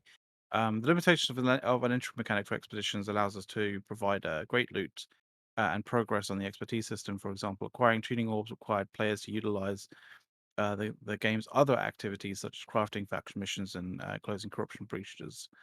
Those activities make instance farming inefficient for bots. It also makes economic and power progression less severe between players who have the time to play dozens of expeditions a day from those players who don't have as much time. Looking back, we missed the mark on the initial implementation, which is much more friction to daily play than intended. After hearing initial feedback on tuning orbs, we added them to the faction shop as an interim step while we work towards the goal of removing the orb requirements altogether. The intention behind the daily and weekly limitations was to remove all the friction from entering the expeditions and give players with an ample opportunity to optimize their reward gains while leveling the playing field with players. On average, our data shows that less than 5% of players who run mutated expeditions run more than 25 mutated expeditions in a given week. The majority of our players that do run mutated expeditions complete 5 to 20 each week. We initially chose 20 per week as this accounts for 85% of mutated expedition runs per week. We heard feedback and we're raising the limit on mutator runs from 20 to 25 per week to better accommodate the 95% of players running mutated expeditions each week. This limit ensures more equitable progression for players who do not have the time to run more than 25 per week versus those that do. We hope that this increase will give more players easier access to expeditions and their loot, along with keeping the progression disparity acceptable between players who can play dozens of hours per week and those who cannot. Our PTR with these changes opens up soon, and we look forward to hearing your feedback on those changes. That's basically that was the blog, and that was from Tiger Crane on the forums. My issue with that is that clearly they're talking about the disparity between players who can run like a lot of expeditions per week versus people who can only run a few. And they specifically call out mutated expeditions on that, but they don't say anything about the regular expeditions. My issue with the cooldowns, and I've kind of figured out what is irking me about it, is it's not the weekly expedition kind of cooldowns, it's the dailies. If we got rid of the dailies or changed the dailies so that it's not a daily, normal expedition kind of cooldown, it's a weekly regular expedition cooldown, I would be fine with that because then that means that, on any given week, um, you know, hardcore players can do X amount. but like, when it comes to the weekends, when you know people who don't play every single day but can only play on the weekend, when they come online, they can do up to the same amount as the hardcore guys, if they want to over the weekend. That would make sense. And the only thing that you're doing there is you're just bunching up those dailies into one weekly, and then you're good. You're fine. And I think I've experienced this before when we were talking about like cooldowns and stuff like that previously, and it was a case of like weeklies are good, weeklies are fine. It's the dailies. It's like the cooldowns based on how many you've done per day that kind of reward people playing every single day and basically, shun and kind of essentially basically, you know, um, screw over the people who can't play every day of the week and can only play on the weekend, which I think really sucks. Like, so if I could request any change regarding the cooldowns is ditch the idea of daily cooldowns and just implement weekly cooldowns for things, please. I don't know how you Yes. feel about that, Ace. I think that that's the more sensible um that's the more sensible. I also think that instead of a hard limit, it should be a soft cap. So if you want to run 105 of these things, after 105, sorry, I gotta fix my camera. Yeah. After 105, it should be, 105 basically being the current cap with with the regulars and mutateds. yes, After 105, what, like uh reduced drops and reduced sort of yeah, rewards? drop Okay. the you know change the drop chance to 50%. Of what Yeah. it is, like that, just so that like you can keep running it, but like it's worth just chilling and doing other stuff. Um, Yeah. I do prefer the weekly content instead. Um, Simply put, it's you know, I much prefer being able to do it all in one go, because like if that's your lifestyle, where it's like, hey, I work 12-hour shifts and I have time to come home, play 5 hours of games in a night, and then you know, then go to bed and get back up for work. Like I don't have enough time in between that. I've worked a 12-hour shift, shift work before, so like, I can tell you that like when you get those days off, to find out that your progression has been hard limited by a daily cap, which is one of my challenges with Lost Ark. Like I'm actually quite frustrated with Lost Ark because I've one character who's still in tier 2 and will probably be there for another week and a half because like I just can't get the harmony shards to get him the last level because you can only get so many in a day through so many sources.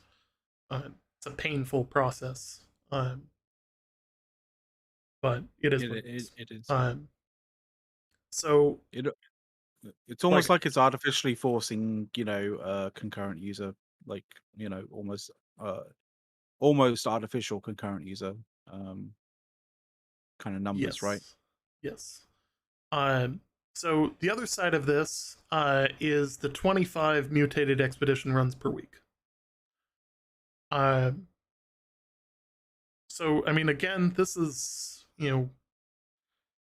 uh, this is in the ballpark of 7 to 8 hours worth of expedition runs, and I mean these are obviously, like if you're running M10s, they're a solid half hour a piece. So, I mean, this is a significant amount of time per week.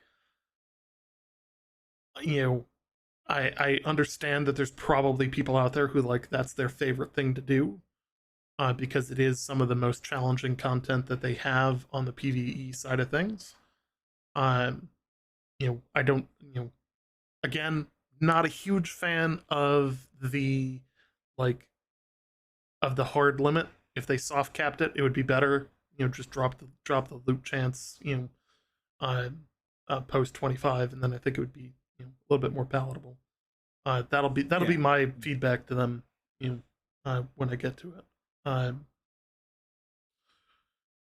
and yeah, so let's see. Cover the mutator instance wars. Okay, so this is another big one. Yes. For PvP, people perk up. Here's your moment. There's many of them in here. Like for the people who are like, oh, this is, there's just a bunch of stuff for the PvE and like we haven't even covered the instruments part. Like we'll get to that. Uh, Yeah. Instance wars. Why is this important? Uh, Previously, while one or more wars was ongoing, server performance would become degraded. This would result in latency spikes for players in the war and surrounding areas in a tournament because it was literally being played out on the map. Yeah. So Yeah. pulling them off into their own instance is a net positive because you can put it on a different node. Altogether, they get their own thing. It's not it's not dependent on anything. Like it's a lot easier to do. It's still happening on the same server rack, but like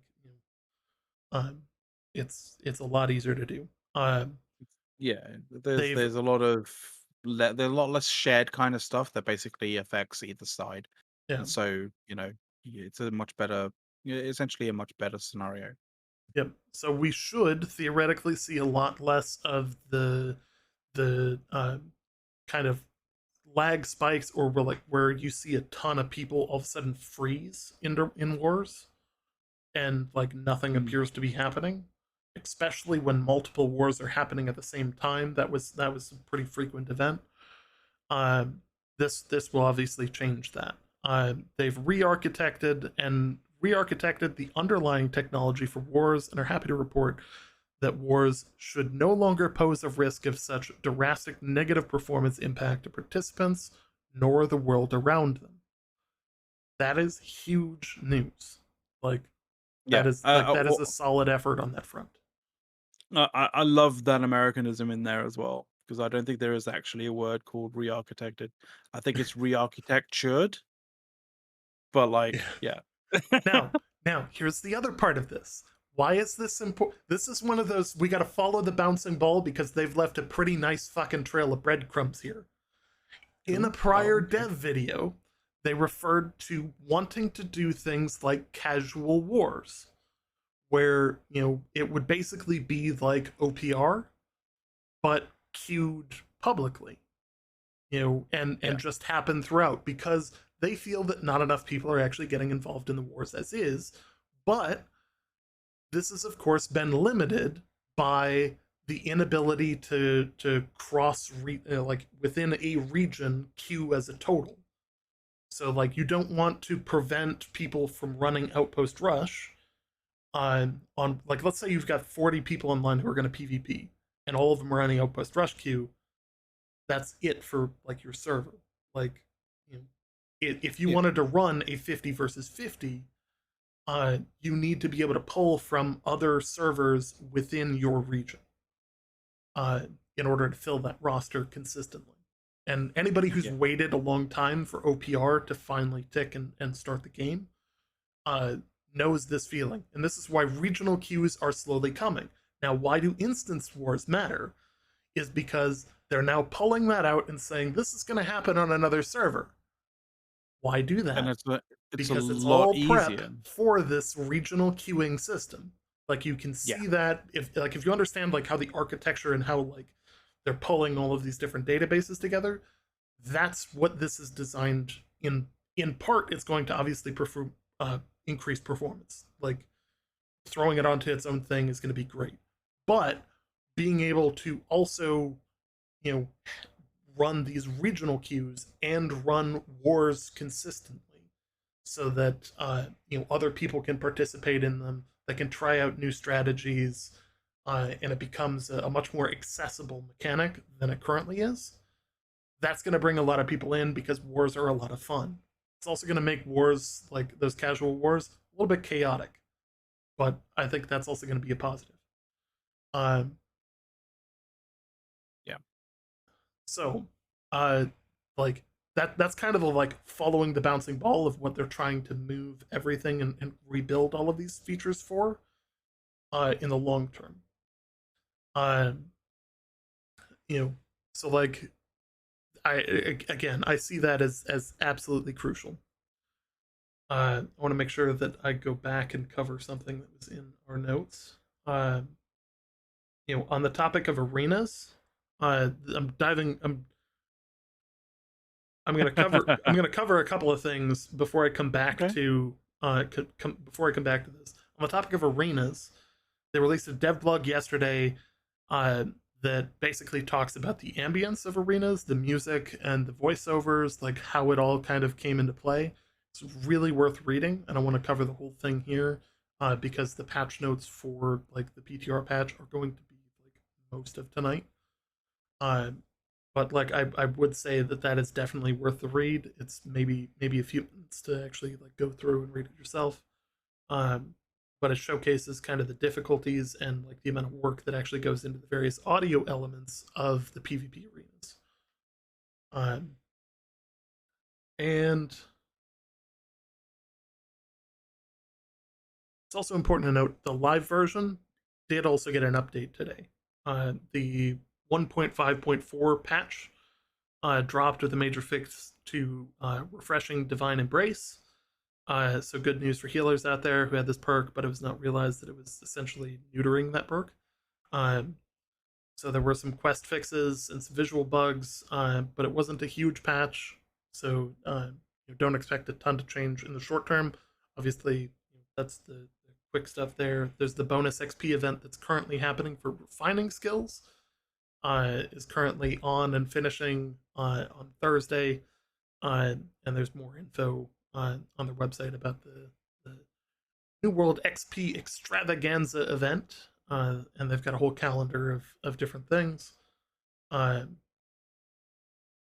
you know, so let's dive back into this, and I have to scroll all the way back to the top of this. I also want to talk about instruments. So the Summer Medley Fair event was also announced. Um, Yes. the Medley Fair is uh, declared as a time of partying away your woes, basically. Villages have been erected in Brightwood, Everfall, Weaver's Fen, and Monarch's Bluff. You have to raise your reputation with the Maestro through quests, catching fish, like the famed Turnham Sturgeon, Maudlin Bugs, and others. And the more to and more to to net special holiday rewards. Is it if it's obvious or not? McLeod's writing's a lot easier to read than the actual the writing here. What can I say? You know, Yeah. I'm good at doing this shit. Yep. He's got my cadence down, which works so much better. Yeah.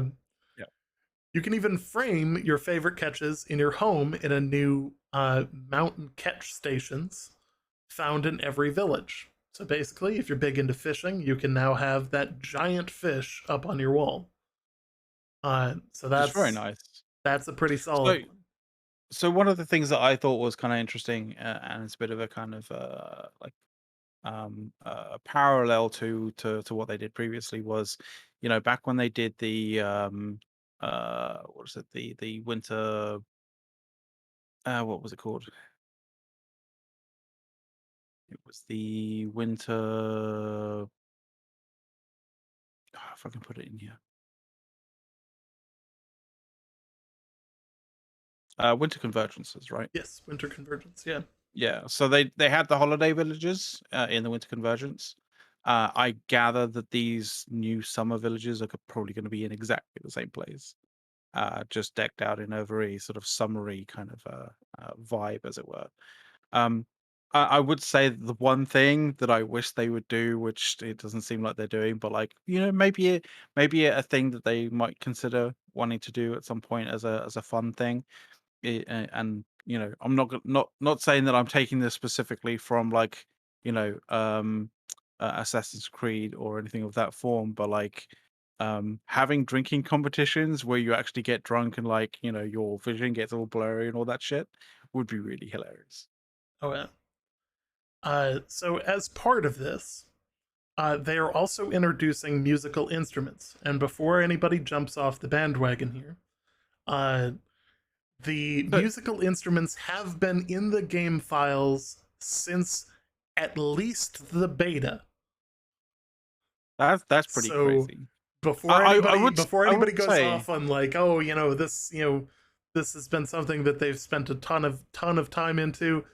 It's been there a long time. It's just not something that has been added until recently. Uh, so. this The weird thing is, like, they are a little bit kind of sketchy in terms of how this whole thing works. Like, I guess eventually when we actually get like access to the PTR to actually try it out, like we'll find out exactly how it works. But like, I don't know whether it seems like we don't get to play our instruments. I'm not sure about this, but like it just basically says like, in terms of like actually playing songs and stuff, it literally just says like press F5 key to initiate a performance, and like each one will reward a player with some skill, some XP and some buffs. Better performances receive better, stronger buffs, and like that kind of thing. It sounds very much like it could potentially be a press F5 and then there's like an RNG kind of like part to this that like plays the song, and depending on your RNG roll you get like a reward, a better reward or a worse reward, or better sort of buff or worse so buff.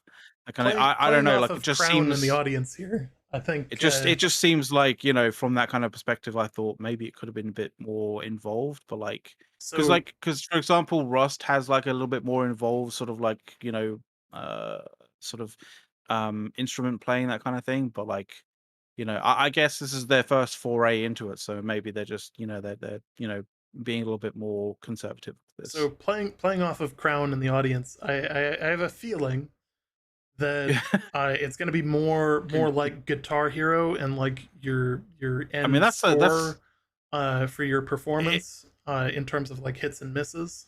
Like that I would mean, be how I would do it. Like, but that's an we'll see how this entire plays out in game. Like, reality.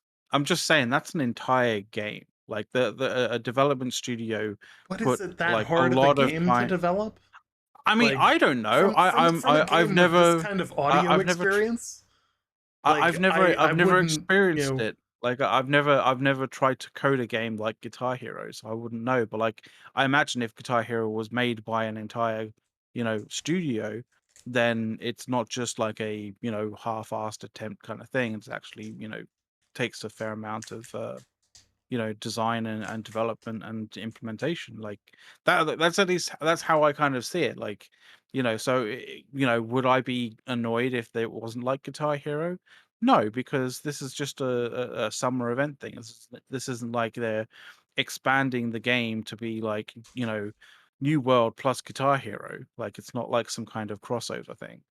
um, but if it is, fucking amazing. But if it's not like it's gonna, it's not like it's gonna destroy my desire to play New World. Um, you know, that's all I'm saying. That's all I'm saying.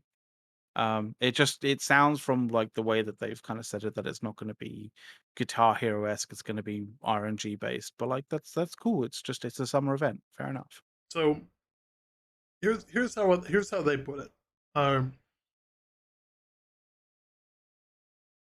Musical instruments are a rhythm action based trade skill coming to a tournament that make the world a stage. There are 5 instruments for players to pick up and learn, plus an initial 31 songs to collect and master. You can solo or as a group with up to 5 adventurers. These musical instruments include the guitar, the mandolin, the upright bass, drums, and the Azoth flute. Songs are unlocked by salvaging pages hidden around Eternum. Complete the Summer Melody Fair quests to earn a special set of pages and starter instruments. Better instruments can be crafted through the Furnishing trade skill. Furnishing can also roll new music trade skill specific perks. Okay. So that'll be another interesting thing to see. Um, I guess maybe rhythm action based. I guess maybe I missed that. Like when I was reading it, I just like glossed right over that. That could actually, if rhythm action based, like if they're being true to what they say in that specific with that specific phrase, then I guess maybe it would be a little bit like a little, definitely a little bit more like Guitar Hero than just an RNG kind of role. Oh yeah. Um, So maybe we might have so a Guitar Hero from esque there, sort of thing press going on. F5 key to initiate the performance. Um, each one will reward players with trade skill XP and various buffs. Better performances receive stronger buffs and more trade skill XP. Spectators enjoying the show will also receive a buff and can toss a coin to the performers as a tip. Uh, More buffs unlock as your trade skill XP increases. The buffs in order of progression are decidedly dexterous. Gathering speed increases by 75% for 30 to 90 minutes. Territorial triumph. Territorial standing bonuses increased by 10 to 30% for 30 to 90 minutes. These are all for 30 to 90 minutes. I'm not going to repeat that part anymore. Um, Yeah. uh, Altogether now, group character XP sharing bonus increases uh, by 4 to 15%. Uh, Song in Interesting Your one. Step reduces player encumbrance by 200 to 1,000. So that's a lot of extra carrying space. Fortune's Favor, gathering yield increases by 3 to 10%. And Luck's Labor, gathering luck increases by 2 to 5%. I can see these being useful. I can see that last one Like being world very useful tours for people. and Yeah, wars, like people will be you know, playing songs at the start of that world tour for yeah, sure. yeah. Just for that luck bonus, you're gonna see, Yeah, you know, you're gonna see people people whipping out whacking out that guitars and guitar. Yeah, yeah, yeah. Um, so we talked about the new expedition, expedition yeah. I finder, think tuning orbs, we got being to loot removed, perks. loots, instant wars, loot, perk, and trade skills. Yep. Uh, Note that all tuning values on the PTR are still in flux, and they may change before the retail release into the live game. Please experiment, have fun, and send your feedback to uh, them, not me. I mean, if you want to Yep. send it to me, I'll think about it and then maybe send it to my people. But uh, so perk rebalance. We've examined the meta and its issues impacting endgame viability. With this update, we adjusted over 150 perks to make them more useful and competitive compared to the best perks in the game. Skill specific weapon perks are now more powerful, with some receiving substantial rework to be more viable. For example, we buffed the durability perk and renamed it to indestructible, because players will no longer take durability damage when it's equipped. So this will be a pretty solid, like if you do a lot of like PvP or die a lot, um, this will actually be like a good money saver perk. Um, we also tweaked how perks are calculated in order to provide players with more options for better perk combinations. For example, the trade skill drop chance on earrings now has a very low drop chance on drops to increase the combat focused perks players get from earrings. Yeah. So I don't know gone if will that be the sentence day. made sense. No, that makes sense. So essentially, what they're saying there is like, gone will be the days where you get a drop, an earring drop, and when you look at that earring drop, it will have like a trade skill kind of like perk on it that you'll be like, oh, okay, that sucks because like I didn't really want that. It will basically when you see like say for example an earring drop when you're dealing with npc bosses and all that kind of stuff, like it'll be a combat based perk that'll be on that. But if Yep. you want to actually have a specific earring with a trade skill like perk on it, you will still be able to do that. You just what you're going to have to do is you're going to have to go and get that crafted by somebody, because you'll have those crafting kind of sort of like ingredients to be able to to be able to basically make that put that perk on an earring for you. That's what they mean. They mean that basically those trade skills aren't going to drop on earrings that drop in the world, but you can use Yeah, it'll be a low chance use of getting things it in the world, but if you want to craft it, like very low. that, you can get it through the crafting You'll be mods. able exactly, Yeah. exactly. So dual stat It, change. this could be very big. In actual fact, This this this change is could gonna actually this be is very gonna big. change some stuff for sure. In order to improve the quality of crafted and looted items, we've made some changes to dual stat attribute combinations. We've changed the scaling of the primary stat to scale higher, giving these stats larger impact. Uh, we've also made a number of changes to the 50 threshold bonuses to encourage more stat splitting across all builds. Uh, this is a very experimental change, and we're looking for feedback on the PTR, so please go check it out on PTR and all that. Um, Basically, one of the things that this is going to do is that when you get a piece of gear and it has plus 26 strength and no other secondary, it is no longer going to give you as many attribute points as uh, if it had two, where it might give you, say, 20 strength, but it'll give you 10 or more of a secondary stat. Um, so your best in slot gear is now going to have two. Um, is now it basically is now, if you want to get max stats, is going to have dual stat attributes on it. Mm, yeah. Yeah. So loot quality. And so just as a quick kind of thing with this the stat change, right? If you run a weapon with a dual stat kind of thing, if you just if you crush into that first, like the primary stat on that, you don't actually get you won't actually get as much of a damage boost to that as you can do if you put into both stats at a certain kind of ratio as such. Like there was a really cool video that we went through when when kind of like the blunderbuss came in. And it was basically a really cool video where it was like a full breakdown of the blunderbuss and how it kind of works and all the how the perks kind of work with it, how the attributes scale versus full primary, full secondary, and a mix of the primary and secondary. And so essentially what this means is if you are running dual stat kind of like armor and all of that kind of jazz, like not only are you going to get more attribute points to actually boost the damage of that weapon, but because you are putting so long as you put the stats in, as long as you put the attributes in at the kind of like optimal ratio, you're going to get like far in excess damage output from from those from that kind of dual stat like items that you're wearing. um and in the age at the moment where like everybody's basically running single stat, like that could be a massive meta shift.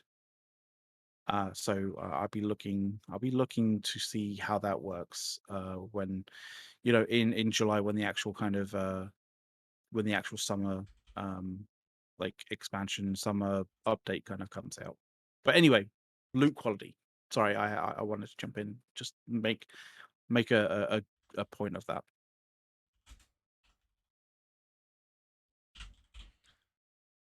Yes. So loot quality. The overall quality of drops has been improved based on a player dash expertise level. This means that level 60 players should earn more epic and rare loot than uncommon loot. Because frankly, pulling uncommon loot when you're 600 gear score is kind of a slap in the face. Uh, you know, Yeah, it is. it's like, oh, why would my character even pick that up? like, uh, so the epic and legendary loot also have a higher chance of receiving more viable stat combinations, i.e., increased chances for Keen, lower chances for Beastbane. Thank God. because that's Yay. that. I feel like Beastbane is on like everything.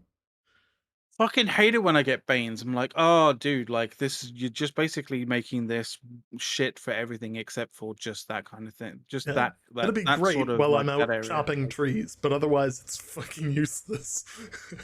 yeah, and uh, it's just like, God, like yeah, that could be such a better perk. But yep. so thank God for that. So perks that roll are still random for non-named items, but players should see better combinations of perks overall. We've also improved the chances that higher gear score items can drop from lower level creatures, giving a small chance 600 gear score items can come from level 59 plus. Ooh, okay. So that's an interesting one. Typically, it's Uh, only when you actually are at 600 at 600 expertise that you actually get like the 600 gear score legendary items. mhm. So that's uh, cool. so bonus loot drops. Oh, The loot, bonus. the loot players rolled from gypsum casks were not very rewarding. So we No, improved the they're not. They're likelihood terrible. that you'll roll epic or rare loot. We've also increased the range at which expertise can be gained off of these rolls. Thank God. I mean, to be completely honest, if you right, so if you're running, if you're like if you're grinding your expertise, like I'm fairly certain people have enough gold to be able to go onto the onto the trading post and just find some decent armor and stuff like that that they can use. And most of the time when you do that, like you're looking at like the high 590s 580s, maybe you're dipping to 570s or 560s just to round out like what you're putting on in order to actually do the your sort of like your expertise grind kind of thing, right? You're not putting on the stuff that you're basically getting gifted for free from those gypsum casts. I'm sorry, you're just not. You're just looking at them and kind of going, I'll chuck them into a box, and if any of them have like some interesting sort of like crafting or like or gathering kind of stuff, then maybe I'll keep them for certain things, right? But for the most part, you know, you're just basically salvaging them. Like they don't like they basically meaningless because it's not like you're going to be swapping out something that you've purchased from the you're not swapping out a 570 or 580 sort of chest piece for a 505 or 510 kind of like piece that you got out of a gypsum cast. Like, I'm sorry, it's just not, you're not doing it. So I'm glad that they're changing it at least. We'll see how that goes, but I don't know. You know, I've never had that. I've never had that moment where I'm like, oh, that's a good piece of gear from a gypsum cast. Just Yes. hasn't happened. So by increasing the range on the expertise, theoretically they're also making it less grindy.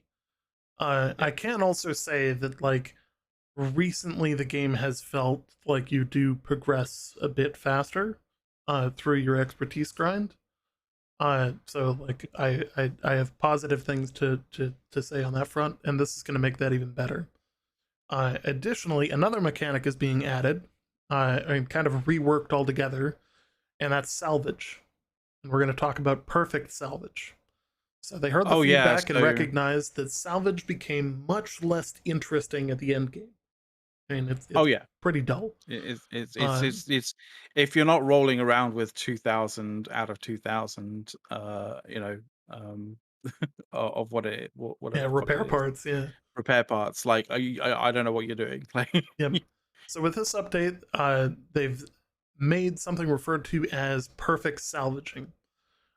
Where you hmm, salvage an item, you will now have a chance to perform a perfect salvage. Perfect salvages can reward players with the following: research materials, such as weapon scraps that can be used to gain crafting skill or crafting trade skill experience. Um, Special orbs that can be converted into gypsum casts, which bypass the normal daily limit. Hello, thank you. hello. 100% I like this even more. Materials to fabricate special items and other valuable resources. This will include the materia that we discussed earlier about the being able to salvage the I'm just expedition it's loot just and kind of get what you actually want from an expedition it, eventually. it's it's very open ended. The other valuable resources thing. Yes. Yeah. Uh, I think it's supposed to be a call over uh, to the materia change, but I think that leaves it open for some other stuff too. Um, Hmm. so trade Right. skill Great. changes. Yeah. Um, Improvements to trade skills have been made to reduce friction and speed up leveling for many gathering, refining, and crafting trade skills. They have reduced the logging XP required from level 1 to 50 by 15%, logging XP required from 51 to 200 by 20%, uh, That's and good. they've reduced the fishing XP required by level wow, by level 1 to Yeah. 200 by half. Just literally half. You know. So to all of the OG like 200 fishermen, like tip of the Sorry, hat, guys. like you You did did it. good, You but did it the like the hard rest of way. us are finally gonna be able to get there because holy Yeah. shit, that took so You long. you guys did it the hard way, but and kudos on that. But Jesus Christ. Oh I don't think there's any. I don't think. I mean, you guys did it for the love of doing it, I guess. But I think a lot of us were like, let's not do the fishing because it doesn't really kind of give us anything that we really kind of want. Aside from maybe pearls, I think the only kind of reason why ever did fishing in any kind of way, shape, or form, um, was basically the acquisition of pearls. yes, Yeah, yes. basically, and All why do right, that when so you can just grind coin and then buy the pearls? But yep. yeah. So let's move on to refining. So I think this one here is just admitting that like world tours are a thing and that T5 Yeah, reagents are so plentiful that they cost more than the lower tier options, or that they cost less than the lower tier options. yeah, Sorry. yeah, yeah, yeah, yeah, yeah. So they are removing tiers from reagents. This includes tannins, fluxes, Thank God. sandpapers, weaves, and solvents. Our goal is to simplify these into a single tier, giving them the potency of T5 reagents to help players progress skills more efficiently and reduce the friction of converting reagents. I do absolutely fucking love. Yeah, changing. Yeah, converting reagents Yeah. kind of does suck, but I do love using T5 reagents on low level stuff because the amount of bonus that you get out of it is just oh, it's so beautiful, Yep. Less so good. less total stacks in the inventory, total win across the board on that.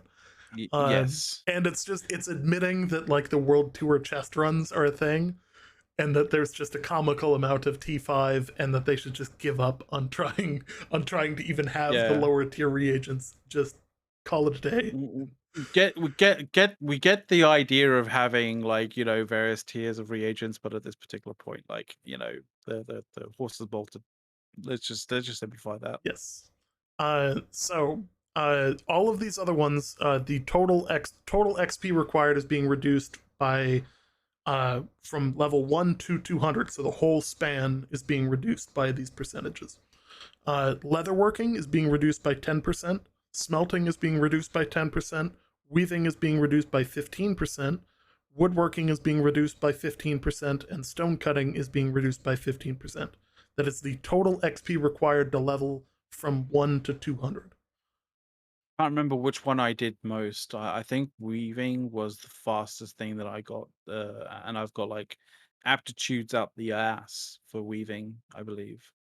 And leatherworking was pretty quickly. By the way, we're So still on 1 out of 4 in terms of like this forum post going through it. well, Yeah, I like mean, this, like I'm looking. we'll get to a point where we move on to something else because like you guys all know I how their mean, things are, where it's like they fixed 57 lines of we fixed a visual bug with like, yeah. I thought you were going based on the article, not by the actual, the the patch notes. oh no, I'm on the patch notes. Okay, That's where I'm getting I'm these following clean this. narratives from. I'm going via the article, and like we're basically at the end of the article, pretty much. Like you've and got yet we like are some nowhere you near got the end of the well, I actual. mean In terms that's of like that's larger the thing. announcements, yes, the article's just about over, but like Yeah, yeah. there's some pretty solid changes. The PTR patch notes are fucking colossal. I just linked them in chat for people that actually want to read them. We're not going to read all of them. Like, I'm sorry, No, I've got other things to no. do tonight. Like, and we have two I other games to cover. You know, not to mention the fact that the other thing released, because God forbid, a full set of the oh, this is just the third one on the same page, is the economy basically all of the weapons perks, uh, and stats perks, tool perks, armor perks, weapons perks, yeah, they're doing a amulet lot of perks, rings changes to perks, that. earring perks, skill perks for all of the different weapons. All of those have been announced, and they are also on the forums. Oh, good God. Oh, Jesus, So good God. yeah, that is a solid 2 posts on there. So like, we don't have that Wow. much to read. I'm not reading through all No, of them. I'm no, sorry, it's just not happening. Uh, no. Jesus you know, Christ, no. we'll skim them for anything super important, Yeah. but But yeah, in terms of crafting wise though, I'm just going from the article kind of thing. Like they're basically improving the trade skill XP from tier 4 and tier 5 crafted items for all skills. So all trade skill XP when it comes to crafting. If you're crafting tier 4 or tier 5 items, you're going to be you're going to get you're going to see an improved XP on your trade skills for those sorts of crafts.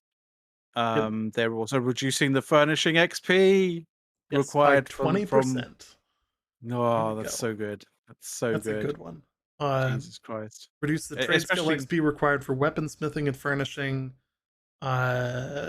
They have not chosen a value yet on that.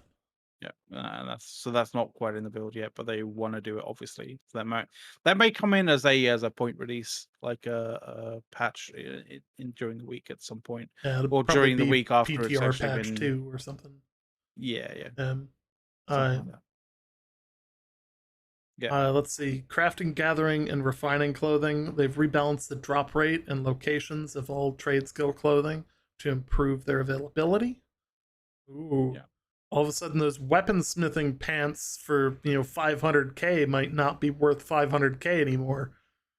So there's gonna be some people who Mm. just bought them who are like, God damn it! Yeah. Oh no. I just got shafted out of half a I million just gold. spent all of my money on this, and suddenly it's changing. And yeah, never mind. Oh yeah, Better luck next time. that sucks. Yes, You you know, heard it here first. Don't get kind of don't fall for that. Like yep. Now is wait it out. not the time to invest uh in basically uh Crafting clothing. crafting, gathering, and refining clothing. Now is Yeah, not the time to invest in those. Wait until this patch, and then you then can see where like you can do whatever the fuck you want with your in-game money, but like like we would it's about to recommend. We get a lot recommend. cheaper in a lot of cases. Yeah. So combat AI. Um, they've adjusted healing flyout numbers to no longer be limited to if the healing is greater than 5% of your HP. They're now manually set based on what is preferred. So if you don't want to see small ticks for healing, you can hide that. Set all persistent healing effects or status effects that are either small ticks of healing or inactive healing to not show healing number flyouts. Also a good thing. Um, let's see. We're starting to get into the point where like Yeah, these are the more like very specific nuanced stuff. areas Updated of the stuff. 200 Constitution attribute bonus to increase elemental armor by 10%. Now increases physical and elemental armor by 10% each. Oh, okay, excellent. That'll be a solid one. Updated the tooltip for the 250 dexterity attribute bonus to indicate that it only triggers on random critical hits. Okay. Made several updates to the revive animation. Does not apply to reviving a downed player inside of a duel. Um, Added invulnerability frames while a player is standing up after being revived to help prevent them from being killed before they have control of their character. Thank you. This helps update descriptions for several weapon abilities to specify that they grant crit. Yes. Grit. Sorry, not crit. Grit. So you'll get grit on the you get grit. So it's not like you will get grit. Like you do get grit from the blast shot, but now the descriptions will say on the great axe with the maelstrom, on the sword and shield with defiant stance, shield bash, and shield rush. On the warhammer for clear out, shockwave, and wrecking ball. Yeah. So it's obviously a little clearer as to what's actually going to grant you grit. Yeah. Just looking, at this point we're just surfing through these for any of the big ones. I saw people complaining about shirking in power, fixed shirking in power, not properly refreshing when reapplied, and being improperly labeled as a debuff instead of a buff. Fixed an issue that allowed the duplicating toast perk, preventing the topaz gypsum attunement potion from being consumed. I enjoyed that. I actually experienced that, and I was like, "Wait, I still have it in my inventory. What the fuck?" And then I realized that, like, yeah, one of my jewelry items had like duplicating I've actually toast had on an it, issue with and topaz gypsum where it drops without it being consumed at all. oh, you're just getting it constantly. Yep, it Like, was oh, just okay. dropping from higher level enemies just randomly without the potion. Interesting. Okay. I won't complain. I don't play enough to abuse it or anything. I mean, is it because you It is still it only because drops you like a certain amount per day, but like I'm just it no, wasn't I'm just it didn't seem to require the thing when I I'm played. just I'm just wondering whether you disconnected or you logged off when you still had like, an hour left on that particular um, that particular boost. And then when you log back in, you still had an hour left on it. Um, Could have been that. Anyway, yeah. yeah, I too think that we're only a couple of patches away from topaz gypsum just being phased out and just turned into obsidian gypsum, Yeah. or just a different type of obsidian gypsum, like similar. It's just going to drop without the potion because the potion isn't necessary. Um, Mortal Empower got a couple of hits. Perk was being removed while traversing the open world. Um, it was not triggering properly when loading into game modes such as 3v3 arenas and OPR. Um, I think they've added a few more additional kind of uh like movement buffs to the bow, or just essentially fixes to various different things. So, for example, like the cancel they've added a cancel window to the rapid shot to allow users to dodge cancel out of the ability before it actually fires the first shot. This sort of thing, basically, like when it comes to the bow, it's all about movement. And if you have abilities, if you have kind of like um, various different things about the bow that are essentially kind of like stopping you from being able to, move fairly freely. Um, like not having a cancel window on the rapid shot, like, that sort of thing will kind of screw you over essentially when it comes to sort of like the fast paced movement of what I guess the devs kind of expect you to use when you're running the bow. Yeah.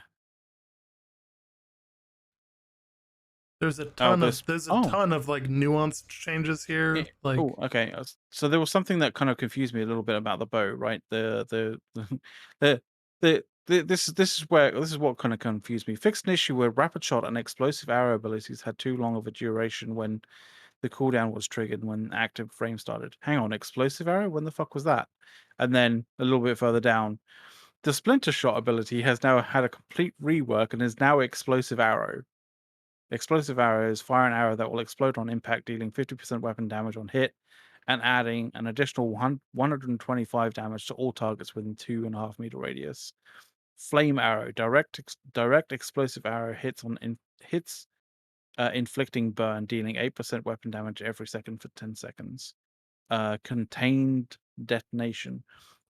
Explosive damage increased to 150 of weapon damage, but the AoE radius is decreased to 1.5 meters.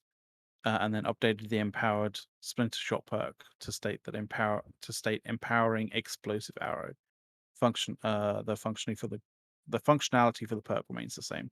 So gone is splinter shot and all hail explosive arrow. I see. I guess is the kind of like it is the news of the hour in that regard for the bow, right? I think so. You got fucking explosive arrows now. Mm-hmm. I like it. It I feel like seems Bo didn't necessarily need very many buffs here, so like a little I hesitant think to I throw think him an AOE explosion. so Uh, so so so I think the thing is when it comes to the bow, like a lot of people like look, as to sort of, oh, do I use the bow or do I use something else? And I think in a lot of instances, people go, well, instead of the bow, I'm going to use the fire staff, right? Because the fire staff has a lot of a lot of other abilities that allow it to allow you to basically sort of fight different styles of different scenarios in different situations, right? And I think the thing is they've decided that like obviously the splinter shot can kind of go and they're going to give a bit of an AoE kind of ability to the bow to kind of redress that kind of disparity between the two, and give the bow a little bit more kind of reason to sort of be running around, like for people to be running around with it rather than just choosing the fire staff, for example.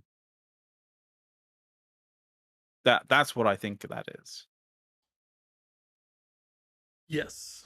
So Yeah. I'm gonna skip past the weapon changes here because like obviously there's a ton of them and like we're gonna miss a lot of the nuance. But there's a ton of other stuff that's happened here. Yeah, there's Um, tons. Game modes for wars. Forts now upgrade outside of wars. Or fort gates now upgrade. Fort gates now upside. Up. Words. Words and Fort stuff. gates now upgrade outside of wars, yes. is what you're trying to say. There we go. There we go.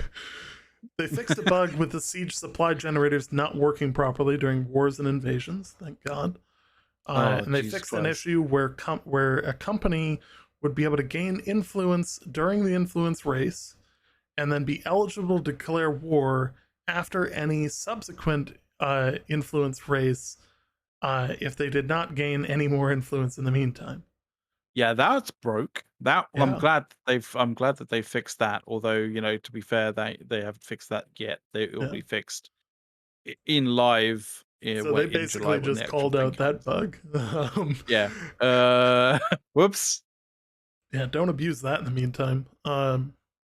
Actually, yeah, don't abuse that because now they know about it, and abusing that will be actually, would be, bug abuse. So invasions, they fixed an issue causing invasion brutes to stutter when attacking the invasion claim. They fixed an issue where the boss AI would sometimes have their animations stuck when attacking the invasion claim. And they fixed an issue causing the priest mini boss to sometimes spawn facing sideways. Always fun. Outpost rush. PvP people, perk up. Here's another moment for you. I mean, they changed the mesh on the protection ward. The ward should now be much more difficult to hit from outside the fort walls. Oh, To thank all of fucking you bow Christ. and musket players fucking sniping my ward from across the goddamn map without ever getting close, finally you're getting what's coming to you. We They're just both going to knew use that that was explosives now. bullshit. Like, They're just going to use explosives now on that. Like they're just going to be like lobbing explosive arrows ugh. into it. It was the most frustrating thing because you'd be like, where is this person? And they would be off on a hill, like fuck all far away, just plinking shots at the tower. And it would down the tower because it's like, I'm not leaving the base to go kill them. They're like fucking 200 meters away. You know? Yeah, by the time I start moving, he's on his way, and He's then gonna like kill by the it by the time when time I I get to him. yeah, and even if you kind of force them off, what are you gonna do? I forced him off. Now I'm gonna go back, and then he's just gonna appear again when you're like, Yeah. when you finally get back, and just gonna start doing it again. Like it was just yeah, it did need fixing. As Back Addict says, it did need fixing, and I'm glad that they've decided to fix it. So that's great. So they fixed a bug with the gate. So a lot of these matter to me because I do a lot of base building. Like I'm the resource guy on a lot of teams. Fix a bug where gate structures could have separated interact options when destroyed in the middle of an upgrade. That was kind of an annoying one. Fixed Yeah. a bug where protection wards would prevent a capture points capture percentage and would return and would prevent it from returning back to 0 when built in the middle of a capture. Uh, Oh, that I sucks. actually did this where I like midway through capping it back from people. I finished the construction and stepped away, and it built, and it just permanently had 90% captured by our team and 10% and held the 10% from their side. And it was like, well, shit, like It's that's not how interesting. that's Yeah. supposed to work. Yeah, um, that it's like, that could be abused. so they increased the width of most fort stairs in forts and fixed collision issues on ramparts. Forts should now be much smoother to navigate. They Oh, thank God reduced the for that. rate at which repeater turrets accumulate heat, making them more useful. Thank you. They still need a damage buff to make them relevant. They can now fire more shots, but they're still like irrelevant in the DPS fight, and should be a major point of concern and or a major point of actually being useful. But alas, back to the notes here. Sped up the building time of buildables. Interesting. Minimum building time is now 4 seconds across the board, with the exception of Azoth contribution to the corruption portal, which remains at 10 seconds. So basically, it's now faster to build, uh, you know, so you're not sitting there exposed. PvP There's arena. there's some interesting things here. Like so in terms of consumables, they basically changed it so that when you come into a PvP arena, the consumables that you're given in the arenas don't basically override the consumables that you have in your slots like when you come into it. So it won't be a case of like your consumables basically get thrown into your bag, but essentially the consumables that you're given go into your bag, and you can consume them, in that particular way. You can obviously take those consumables, put them into your, quick slot kind of keys. Or you could basically use your consumables that you have on hand or that you brought with you, as such. The interesting thing there is that if you use the consumables that you weren't given in the arenas, um, they won't actually be used up in the arenas. So essentially, they will be you'll gain the effects of those consumables, but they won't actually consume as such when you're in an arena. So that's pretty good.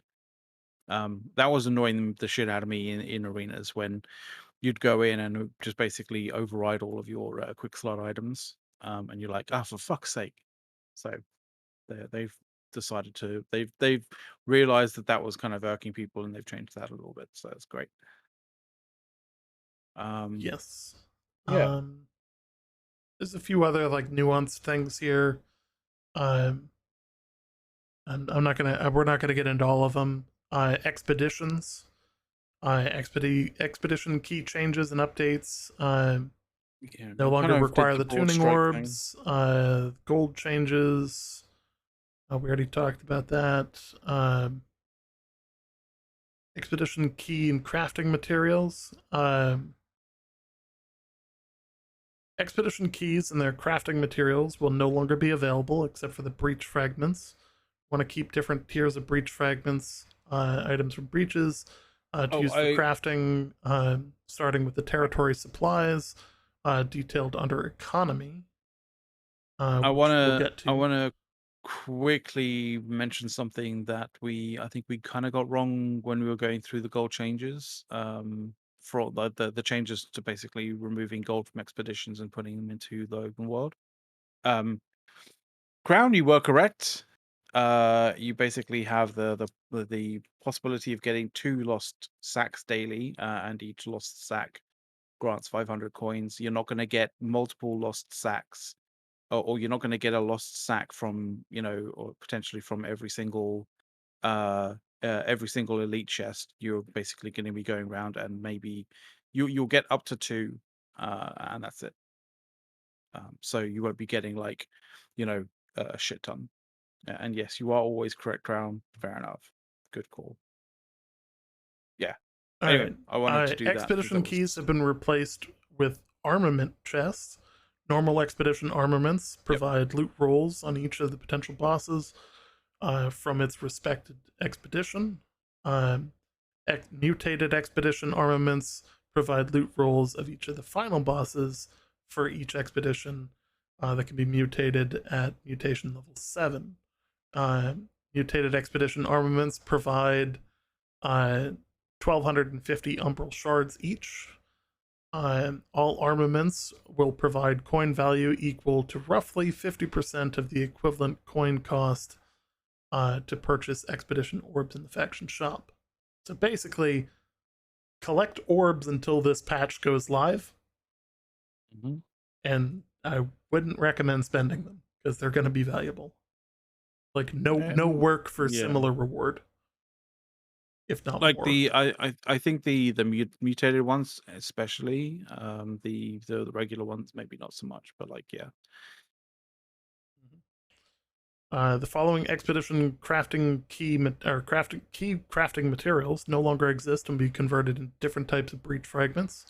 Genesis, Hmm. Lazarus, and Tempest cores be converted into corrupted fragments. Undying hearts, earth totems, corrupted runes, molten runes, glowing spores be converted into corrupted slivers. Blight I seeds will be converted into corrupted sprinters. Uh, Yeah, yeah. And and as this is the Crown only says, way to make. obtain sprinters, which will convert up to slivers. I think maybe, with regards to breach fragments and stuff, like, I don't think there's massive needs to use them up and stuff like that. But like, I think I think it looks very much, and as Crown says in the in in chat, I think it's probably best if you use the expedition key crafting materials to make expedition keys, and as many as you can, and just sit on them until the actual the the the the patch happens, and then you'll get your armament chests from those, rather than having it convert into breach fragments. Because I think the value of breach fragments versus, armament chests are going to be, massively disproportionate. I think armament chests are going to be like way more useful, way more valuable to people than breach fragments, Mm-hmm. to be completely honest.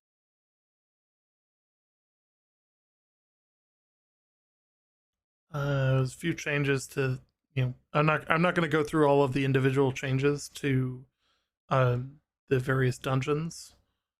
Um, I've updated Yeah. the loot levels, the difficulty levels in which loot unlocks So for mutators. So there's 3 more global mutators that are coming out, and these are actually quite interesting. There is a frenzied mutator, and I think there is where is it? There is another one as well, which is really kind of interesting.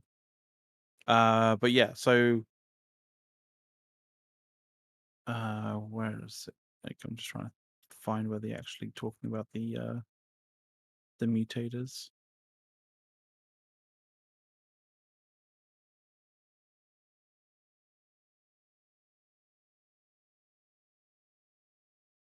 These are fixes and stuff like that. Hang on, I'm just going to quickly go to the submedley because it did actually say about the so okay, so the three new mutations, right? And these are kind of interesting. The Icebound, not so much. Icebound is basically mutation that focuses on ice elemental effects relating to incoming and outgoing damage. It also applies slow status effects, which is like, whatever. It's there's nothing out of the ordinary there, right? How about this? Oppressive. A promotion that's so it's a promotion that sets a promotion set that includes mana drains and zones of silence. And zones of silence are basically where is a zone which prevents ability usage for a short period of time. So if you end up in a zone of silence, you can't use like your weapon abilities until it obviously disappears. So that's an interesting mechanic. And then there's Frenzied, and Frenzied, applies curses to players that dodge. So if you dodge, you get a you get a curse applied to you. There's going to Curses be a lot of stack and people that deal eat shit in damage that over one. time. Yeah. Can you imagine that? And also that last bit is amazing. Max stacks also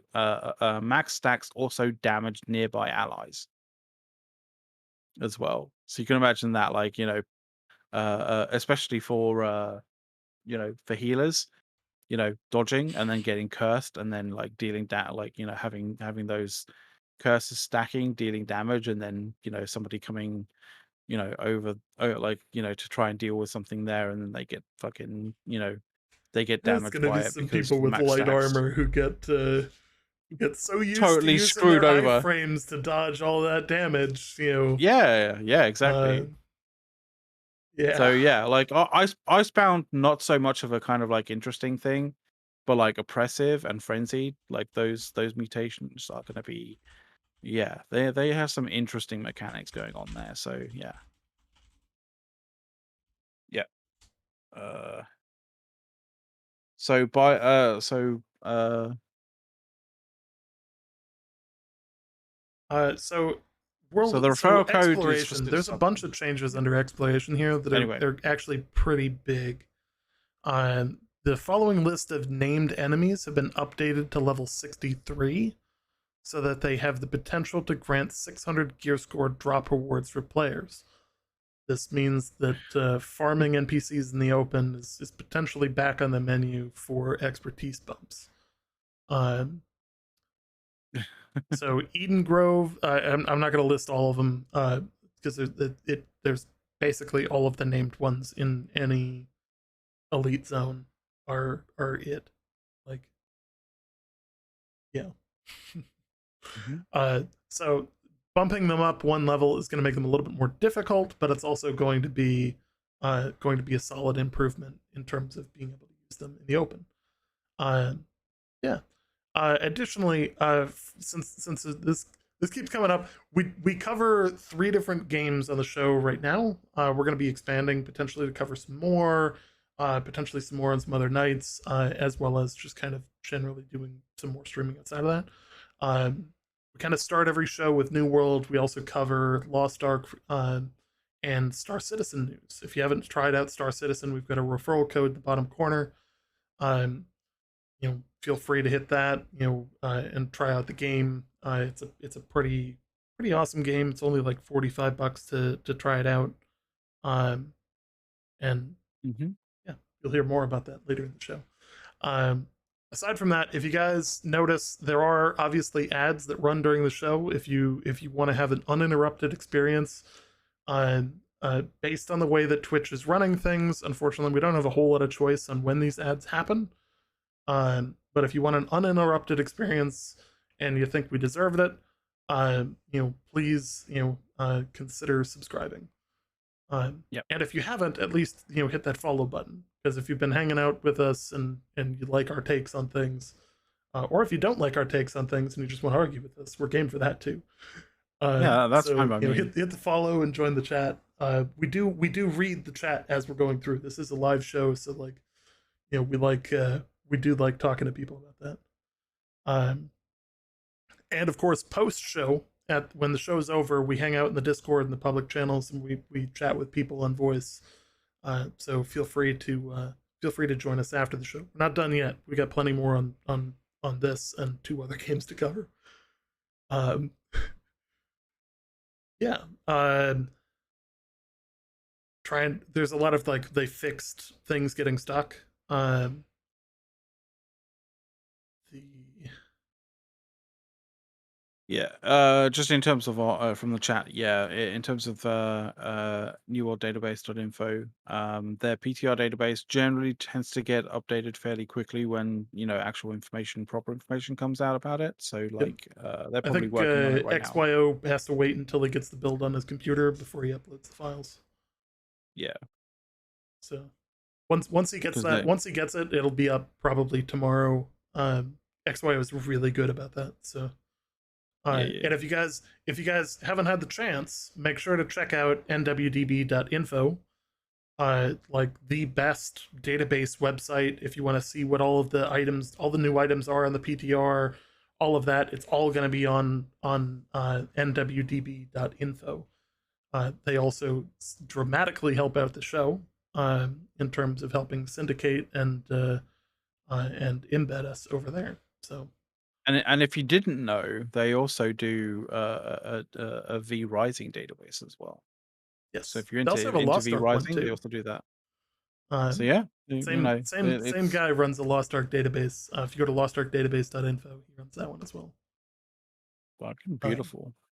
XYO is a great guy. If you guys haven't heard of him, he can be a little bit behind the scenes, but um, like he's really great with the community. So yeah. Um, He was literally one of the first people when I actually when I recorded that um office hours question and answer thing. Like he was probably one of the first people who was like, "Oh, give me a link, give me a link, give me a link." Like when I actually put it up on Mixcloud. Like it was surprising how fast like it was like, how did you know that like I'd done this? Like, you know. So yeah, I wonder how. Like I know you he's on the recorded it money. last time, but like I wouldn't. They wouldn't probably have an issue with us streaming that, would they?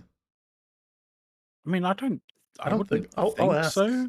Lux about that Oh because yeah, like I'll ask I them can't just in imagine case, they would but care yeah. if we stream that. But like next time that happens, that'd be a good thing to like their office hours are like actually a good thing to know that they're happening for one, and two that like what's said So because they do yeah, actually answer meaningful questions. they answer meaningful questions, and the thing is, like, you're asking questions live to them. So, like, if you're kind of a bit savvy in the way that you're actually, constructing your questions, you can kind of coax out information from them if they are willing and essentially one of the questions that I asked about it was actually we coaxed out about the fact that like uh AGS are you know actually actively designing you know uh, expertise catch up systems for players.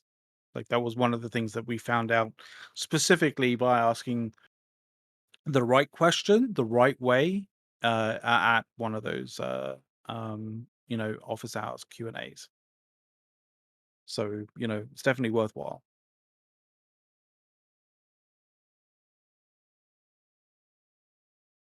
um Back to the summer PTR, like is there any other additional things that you kind of want to you know talk about here? Like I think if anything, like we've gotten to the point where like it's just talking about like the perks and all the different changes to the perks, and like I think that's one of those things that like you know would require a live stream for 6 hours to sort of slowly go through while playing while actually playing New World, because like I think that doing that as like a power piece in an actual kind of like you know in an actual talk show is a bit much.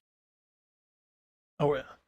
It's so much stuff. Like, like they're changing and upgrading and augmenting and like, rebalancing like over 150 perks. Like, do you think that's going to be an easy and quick and simple thing to go through? Like, nah. So yeah. Yeah. So one of the other main things, and I've heard people complain about this specifically, is that PvP perks are now searchable in the trading post. Oh, oh, So that oh. is another like quality of life thing. It Uh, was one of those, like, it was gonna get added, but like people have their like odd hills to die on about like things that aren't in the live version. Like, they get it, uh, but it's always fun to see like these very yeah. specific requests from people. Yeah, but like what I would say is like as with all huge reworks of many different things all at once, like this is going to require this at least I hope is going to require a fair amount of time in PTR, and so if you are going to be if you have any desire for New World to actually be better, over time, it does require it would be remiss of you to not go and try out the PTR and see if you can find a bug, and when you do, report it to the PTR kind of like feedback for wherever, because like the amount of things changing, like there's going to be something that's not quite right, or that there's something's amiss, and not working how it's being presented to you as how this should work. um and like the more that we can find of those and fix, the better the actual the final live patch is going to be. So yeah, like definitely jump on the PTR if you're interested in any of this stuff, and definitely give your feedback. Don't think that like somebody else is it's fine, somebody else must have found this bug. Like just you know send them the information about like the bugs that you find. Oh, definitely take the opportunity to test this out. Go try the new expedition. Uh, Sorry, the alarm on my phone is a constant reminder that I need to go tap a button. Oh, yes, the tapping the button thing, yes. Yep, I'm gonna fix this for next time. Yes. So we have one other thing for New World, uh, and this is one of those like constant community struggles. Is that Oh, stuff gets this. misquoted, Oh, yes, and this. people Yeah. attribute things wrongly. And of course, in the online sphere of influence, there are creators out there, there are reporters out there who want it to seem like they were in the room for an interview, um, when in reality, they're actually covering somebody else's interview and changing the words to make it appear different.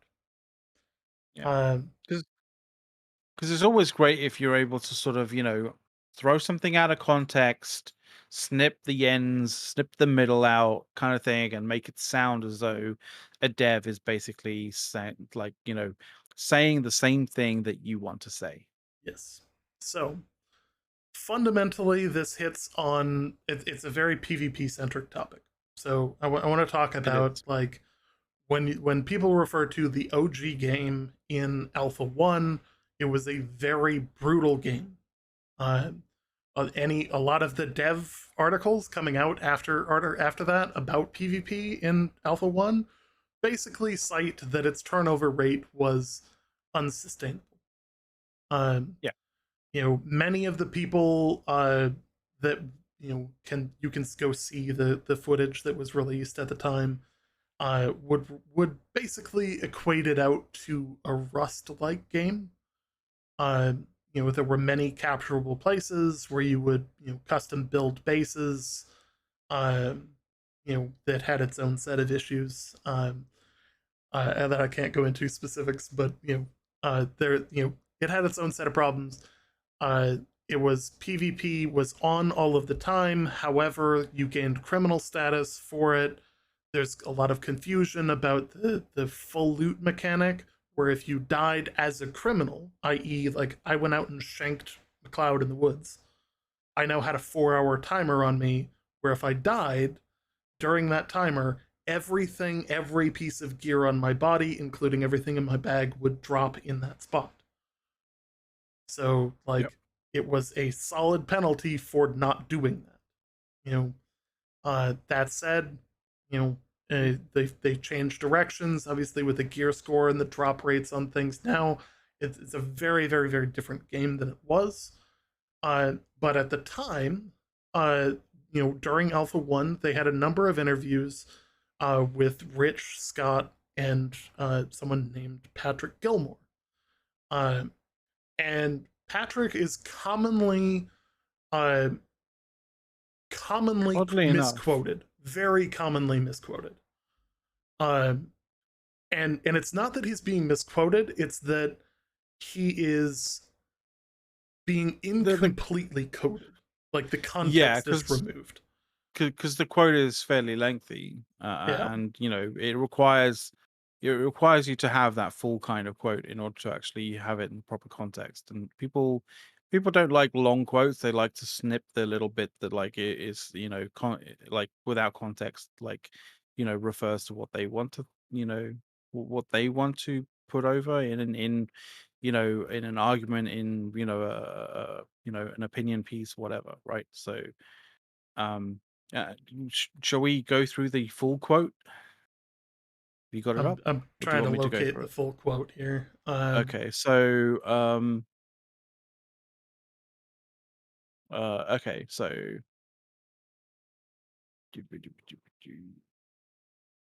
that's the actual proper one. Okay, here it is. So, in answering the question, how harsh will landing in New World be? Will players be able to freely kill other players? And if so, what are the consequences? And on the flip side, what are the incentives for cooperation? Gilmore's response, and the reason that we talk about this is that I want people to understand that the wrong people are being attributed to being very pro PvP, pro kind of brutal mechanics, pro danger, and that like we should be trusting Scott and Rich. Like my number one thing with this is like, though Patrick brought a lot to the team, the one thing that he didn't bring to the team was a drive for PvP. He was when we read through this, you'll very much understand why the context behind this quote matters. Yeah. So we have a goal to make the best onboarding experience of any similar game. So hopefully not too harsh. Having said that, the spine of the game is player versus player combat. You'll probably be murdered in New World. I was, and in the first days of the alpha, I lost a lot and I was pretty mad. And that's where most people end the quote. It continues, and the context from there is dramatic. I came in the next morning determined to give players tools to create a more peaceful world. But over time, with the patient counsel of people like Rich and Scott, both of which who are still on the team, Patrick is no longer on the team. I think he's now doing like professional coaching, type stuff. If I remember his thing, and lead designer John Liberto, which I think John also moved on to something else too. I think I saw him at another company on LinkedIn.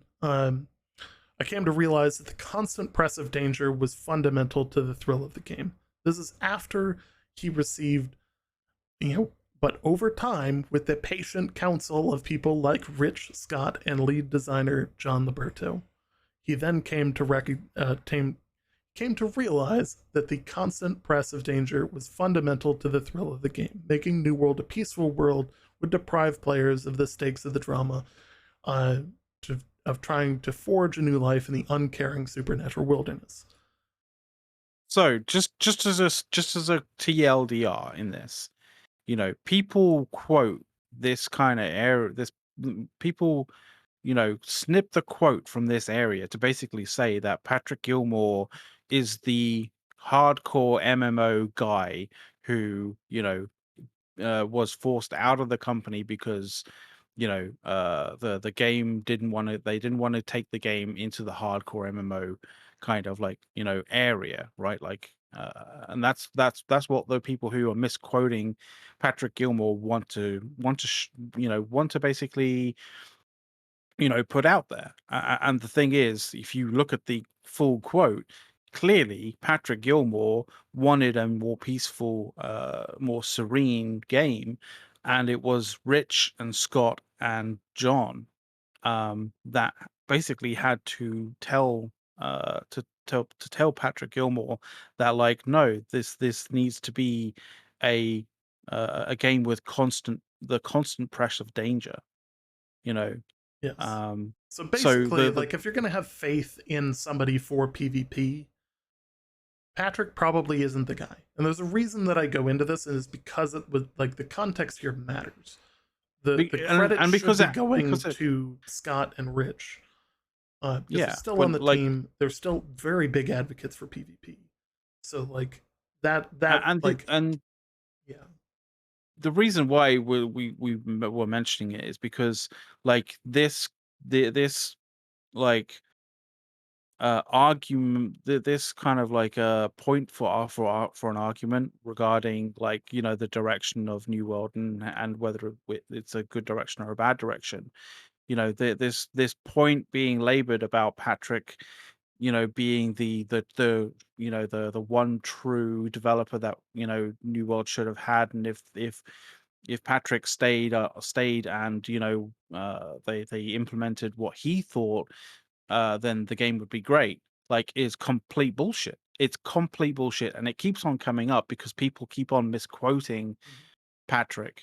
From not from this particular article on Digital Trends, but on subsequent articles that people have That are misquoted him about this on. article or about the Yeah, interview exactly. where he's being misquoted in the interview, and the rest of the context matters because it's about who is actually supporting PvP. And I know that, like, that, like, people get the impression that I'm trying to fight against PvP in this argument. I'm not. I'm just trying to make Yeah, sure that the appropriate people get the appropriate recognition for what their actual thoughts were at the time when developing the game, and that yeah, Scott and Rich are very much PvP, centric. advocates. Yeah, Um, advocates for sure. so, Yeah, like, that said, I think that there should be more danger in New World. I think that there should be more constant risk. I'm open to the idea of areas that are PvP on all the time. You know, yeah, adding in yeah. something like I RuneScape's wilderness area. Like, I'm totally open to those kind of yeah, things.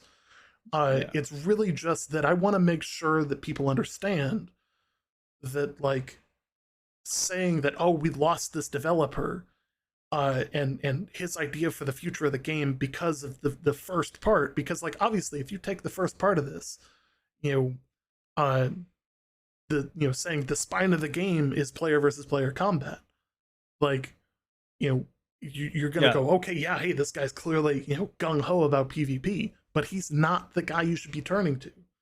Scott yeah. and Rich are When very he much those guys, and many of the when other devs, and I can say, like, I've PvP'd against a number of the devs. They're very good. You know, McLeod and I actually have like a 30-40 minute video after the Amarin Expedition press event, yeah, where, like, I don't think game we've was a got little bit. clean The audio game of that was event, or I don't think we can no, release no, the clean audio of that event, but, no. like, we had the opportunity to sit and just PvP with 4 or 5 of the devs and just hang out in Discord with them. And, like, I wouldn't say that I'm the best PvPer, Like I'm far from it, Me neither. but like they were occasionally killing me. They were killing McLeod. They were killing some of the other major content creators who were there. Yeah. It was actually like these guys do play the game. They play it. They play it a lot. So that's the perspective that I want to take with this. And a lot of Yeah. people, when it comes to the subreddit, very often see me arguing in a thread like that, uh, and see it as me arguing against PvP. When I'm not arguing against PvP, I'm just arguing the attribution of the quote and the intent behind the person who said it is very, very different. They do play on Yeah. the live servers. Mm-hmm. 100%. You won't know who they are unless you play it in the alphas, in which their names are. Even then, you might not know exactly who they actually are, but In actual you know, fact, they're doing US East kind of tour. I think there is like one going on, like basically they're the one kind of place that I know that they're doing stuff is like on Wednesdays. I think like Wednesday kind of daytime, maybe sort of like mornings and afternoons kind of thing for you guys. Like they're doing um 3v3 matches on US East servers every Wednesday, I believe, for the next couple of weeks as well. So, like, I'm sure they go and sort of play sort of open world as well, and maybe some dungeons every so often. But like, I know that they're doing a kind of like a specific, you know, community like throwdown sort of thing. But yeah. there's the full text of the interview, by the way, guys. It's in chat. Yeah. Yes. So you know, yeah. Well, one of the challenges is that like, let's say you're playing on the live build of the game, you know, and you're a developer. If you say you're a developer or you come across with the dev tag and the orange name, uh, you're going to be treated a lot differently, and you're not going to be able to experience the game the way that other people are playing it Yeah. without being bombarded with whispers of, hey, can you fix this, can you work on this, what are your thoughts on this, and like they're not going to answer those questions, like and I can tell you from like a press relations standpoint, uh you know like one of the like I talk a lot with Greg Henniger, like great guy, like he's probably annoyed at getting my messages at this point, that's how often we chat. um you know we used to chat a lot more. He got promoted, and there's a whole thing on that, but like uh you know when you're building relationships with developers, they're never going to give you anything outside of the party line. So like you're building a relationship with a developer is more about like building an element of trust, and then building an element of um, being able to take on Mhm. opportunities to work with them as a company, which are very different than like what most people do, where like they get a hold of one of the devs and instantly start asking them questions that they can't answer. You Yeah. know, And like the that's answer just is really not awkward. public for a reason. Um, Yeah. and like I think they're doing a decent amount to get out there. I like their open office things when they release the videos. Uh, I've had some public criticism of them on this front as well, where like I really think that would be a great idea. And this is self-serving. I'll admit to this. And we've had in the past been working to get developers on the show, so that we can kind of run like a community Q&A type event. And their reluctance to do that on my front, like I think that that's something that would aid in their ability to connect with the community and kind of, you know, be another source of things. You know, I like working with their team. Don't get me wrong, but you know, I think that there are elements that they could leave to the creators and give the creators 20 minutes of their time, and you know, would aid in broadcasting that information out there. Um, so like they're, you know, it's an interesting segue into this topic, but you know, from a Yeah. content creation side of things, it is a little bit of self-serving, but it is also in the interest of helping them. Um, and yeah, so I want to take a moment and basically, you know, make sure people know, hey, hit that follow button. Like if you enjoy our content, please hit the follow button. If you want to join the Discord, please do that. After the show, we will be chatting in the, you know, public voice channels. So please, you know, feel free to join the Discord. There's a few, you know, few steps for, you know, anti-botting in order to get in there. So I apologize ahead of time for that. And If additionally, if you're yeah. tired of the ads, unfortunately, there's not much we can do about that. Twitch has started to push more and more of them. There's really, like, we don't have a ton of control on that front. But if you think it's worth Eventually, it, please consider hitting that subscribe button. We do really, really appreciate it. It does help us out immensely. yeah, Um, very much so. so yeah, I hope that like Twitch goes back to sort of the sort of um capacity for streamers to be able to, you know, to determine specifically when, you know, they want ads to play.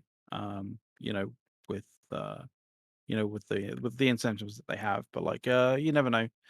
We, you know, I hope I live and hope that they're gonna change that. But either way, you know, we should probably move on to talking about Lost Ark, right? yes. So yeah, Right? we're gonna change gears. You know, if you guys are only here for this, there are some interesting news about Lost Ark and Star Citizen. So we're gonna be keeping going probably a while because there's a decent amount of Star Citizen news that dropped last minute before the show. Lost Ark is going to be a little bit light today, but there is some news. The weekly update this week was not what most people expected. We thought we were going to get the June patch, and instead we got another weekly update that has very minimal changes.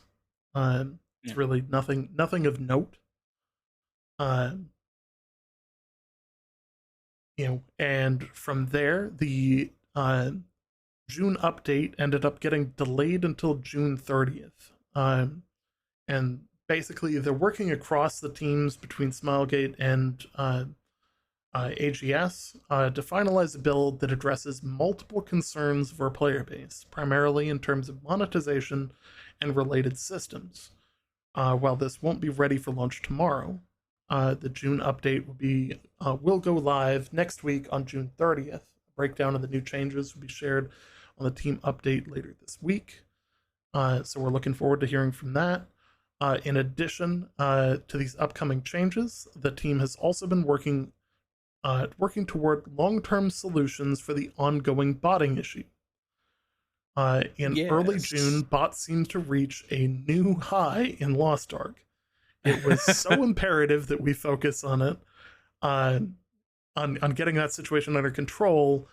Uh, while the work isn't finished yet, recent efforts, including last week's massive ban wave, have had a very positive impact in terms of culling bots from Arkesia.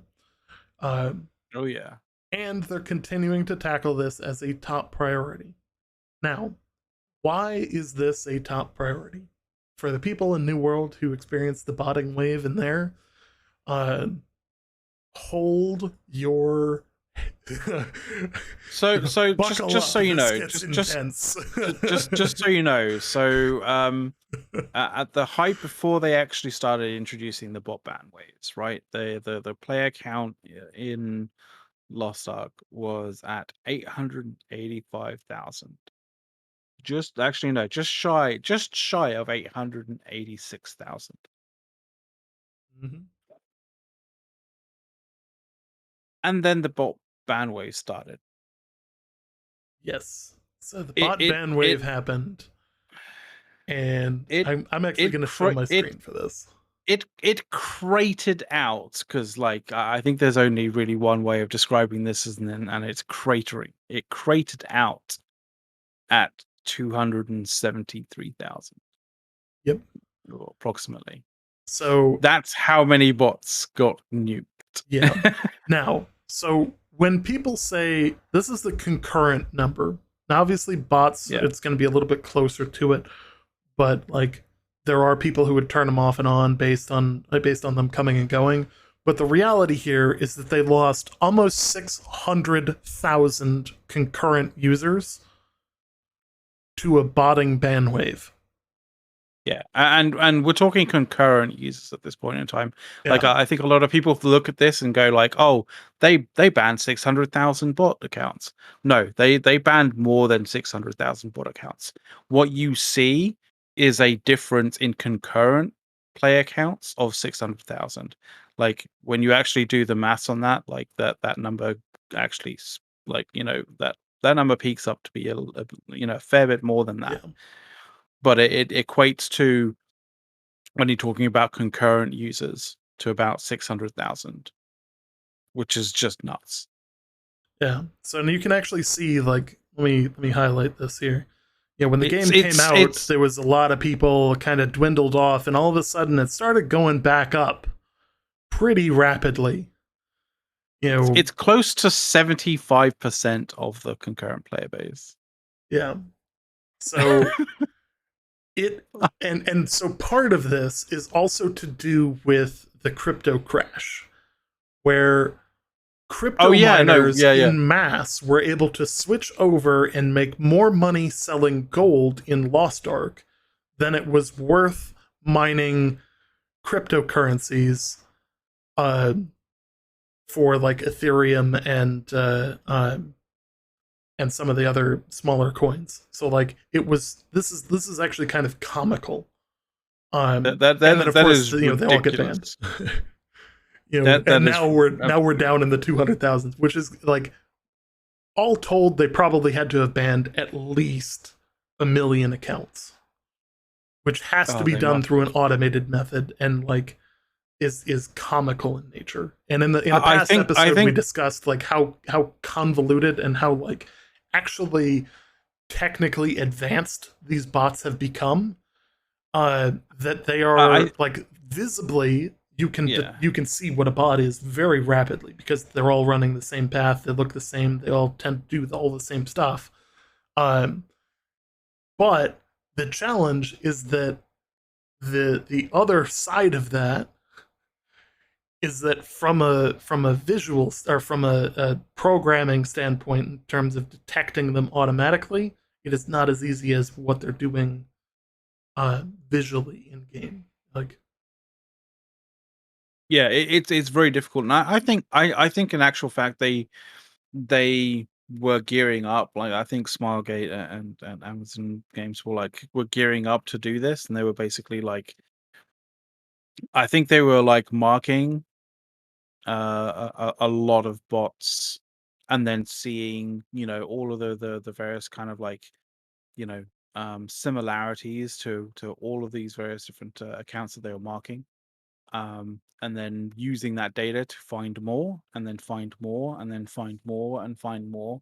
And I think that was one of those things where instead of it just being like, oh, that's a bot ban, they were waiting and they were kind of collecting data so they could come in with this huge purge and just nuke an absolute shit ton, rather yes, than have this, because the thing is like it's kind of like strangely enough, it's kind of like infections. It's kind of like when you're looking at infections at a broad scope kind of thing. Like, if you're having if you've got like a lot of infections being kind of like tackled and kind of defeated, right? Those infections, they will go away from the host, but they will live on somewhere else. and they may end up learning from that, that encounter, right? In the same way, if you go and just ban a single botter, like they will potentially learn from that experience and go, okay, how was I detected this? How was I detected this time? And how can I change my behavior? And how can I, change up some things so I'm not detected next time? Well, if you keep Yes. doing that, then at the end of the day, you're going to get to the point where you can't detect these bots because you've had too many of these experiences, in series, right? What you want to do is you want to collect all this data and then just nuke the living shit out of them in, like, in a very short space of time, so they don't know what the fuck just happened. So the other side to this coin is the RMT. So these Yes, bots yes, exist for a reason. Their reason is to collect gold and then sell it to people. Now, yep, this is not allowed. This is not a mechanic that is allowed. You are not allowed to sell things for profit, for real world money. So like there are in-game ways that you can buy gold by paying for royal crystals and converting those to gold. Um, it's not a great conversion rate. I would argue that that's one of the reasons for the RMT problem. Um, but it was pretty extensive, and apparently some of the larger guilds out there were not just endorsing it, but like actively participating at a very high level. Um, oh yeah, uh, to the top. to the top, like, and apparently the GM of one of the largest guilds on Well, several, Skeptrum, several, several of the largest guilds. yeah, he's the GM of 12 guilds, was permabanned for RMTing 2 million gold multiple times. That is a fuckload Yeah, of no, gold. yeah, yeah. So he would RMT basically 2 million gold at a time, and probably do this multiple times a week. Essentially, basically making a shitload of bank out of it. Um, and if you think about, like, the amount of potential gold that, like, you're going to be accruing from 12 guilds, you know, Yeah. yeah. And apparently, people gained access to their staff Discord chat, and it looks like RMT was done at very large scale within the guilds they were running. Um, and there's screenshots of the chats and all that. And Stoops actually did a little bit of coverage on this as well. Um, Basically, a lot of these guilds also would use the guild earnings from guild versus guild and guild versus PVE stuff. Um, uh, if people were negatived out for RMTing, which basically they take if you bought 2 million gold, they would neg your wallet 2 million gold. They were basically refreshing people's accounts back to even. Um, and the the this is really bad. The GM started actually sitting on the server and were flooded with hundreds of messages from people on the server, and several specific guilds that were asking where to buy gold, which confirmed it was such a widespread problem and so misunderstood in the game that was not allowed because it was so prevalent that people just assumed that it was. Yeah, Uh, yeah. you know, yeah, That's how like bad it's got. That's how bad it gotten. yeah. So that's obviously not a good look for Lost Ark. The massive ban wave is good.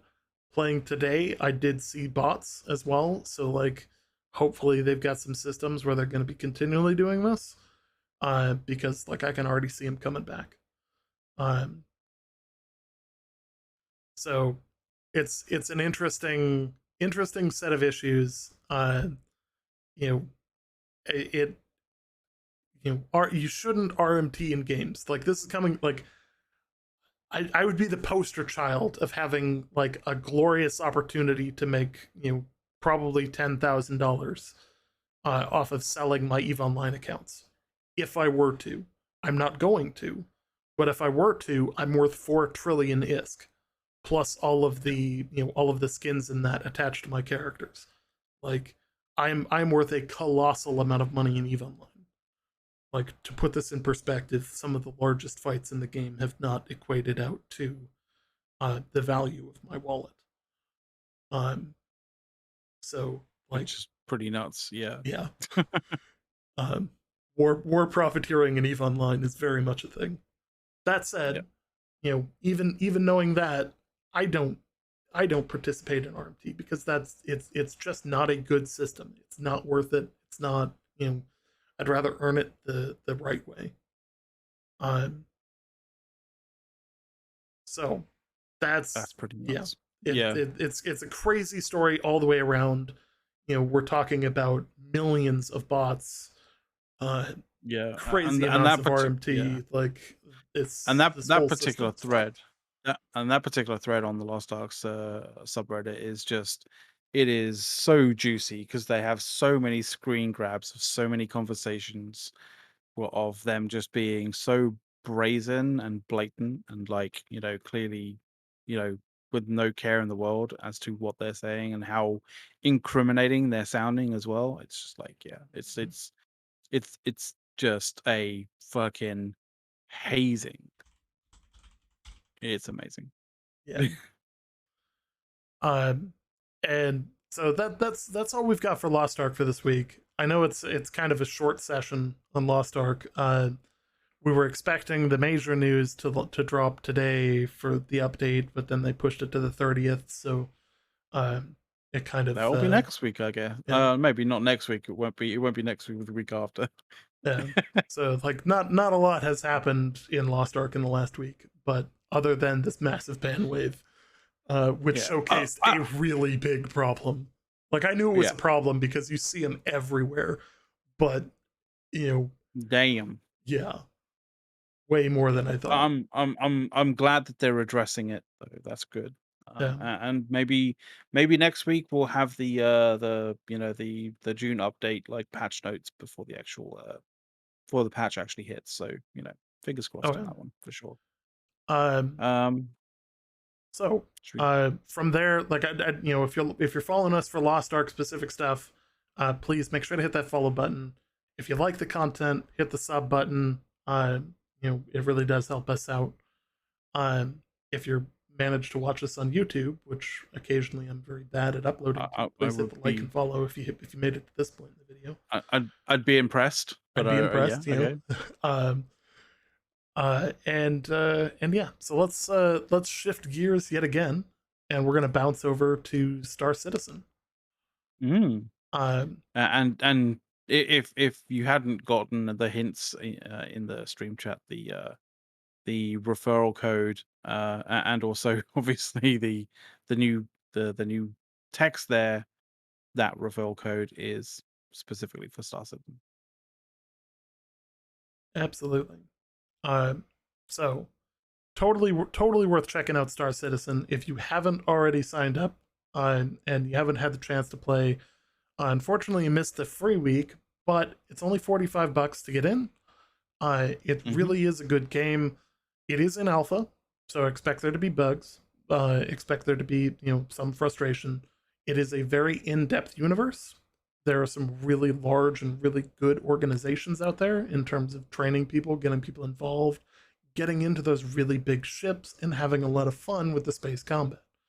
There's a If lot you of fun to don't, be had in this yeah, game. if you don't like loading screens, you'll you'll really like Star Citizen because like it is Yes. basically, I think the premise behind it is like no loading screens, like Yes. really ever. I think the only time you ever have a loading screen is either when you're logging in or when you die. But that's only because you're transitioning, from one area to another area very, very quickly. And in that kind of sense, like obviously, when you think about what you're doing, you're kind of going to have a loading screen there. But like other than that, like it's basically free. Like it's free. You are yourself. You go and go wherever you want to go in the universe, and do whatever you want to do. Like, yeah, it is at the moment, like like the Stanton system is kind of like a testing environment for various different things. So like, go and do what you want, but like, there are hidden areas, there are kind of like wrecks and things for you to find if you're exploring.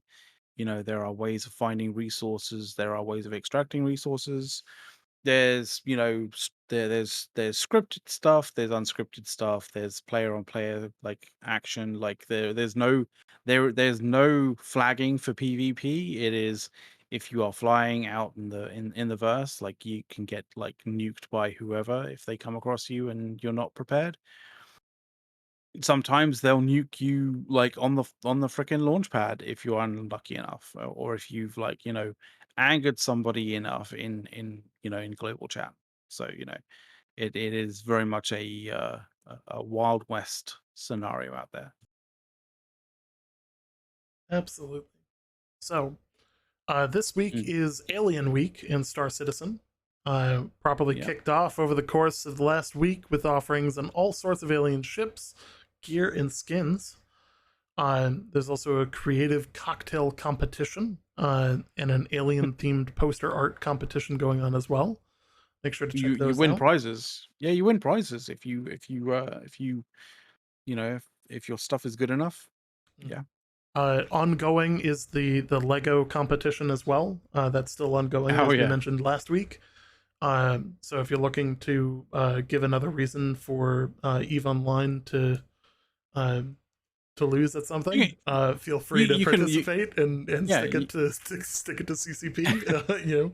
Uh, you can win RSI Scorpius as well, like, and I think with a lifetime insurance as well. So yes, like, yes, with a yeah, lifetime if you insurance. like that, yeah. So that's very much worth it. And of course it's fun. Like the brick builder system that they have. It's actually like a proper like Lego design studio thing, uh, and Great. actually works out pretty well. I kind of played around with it the other day, but I'm nowhere Oh, near as good as some of these people. okay. So I need to. So, additionally, Inside Star Citizen this week had the Banu Merchantman, which had a 22-minute special showcasing the gray box phase, and some of the external is a little bit past gray box, which caused a little bit of controversy. Uh, Yeah, a you little know, bit. Well, I think the controversy is just from people who clearly haven't been keeping up to speed of like how the Banu merchant has actually kind of like changed. so Because in the it's changed. past, Like it's not like today they released a kind of thing saying like, oh, it was like this, but now it's like this. Like yeah, this isn't a sudden change. Like this hasn't been a fairly gradual change. It's it's just been a some gradual people change. I think this have kind of reacted continued badly. in the direction that they were going, and I'm hoping that they got the design feedback out of this. Like originally, the ship was very like spiky, um, and now the front end is very cruise liner. Well, they had the thing is they Like, had no idea. They had no idea of yeah, the design language that they wanted for yeah. for the Banu, right? And so when they came up with the merchantman, like they just had a designer go like design a really cool looking ship, and they designed this really cool, like, they kind of settled with a shape, and then they kind of went like, let's make this look cool, and then they kind of added spikes here and there and all that kind of jazz, right? Oh yeah.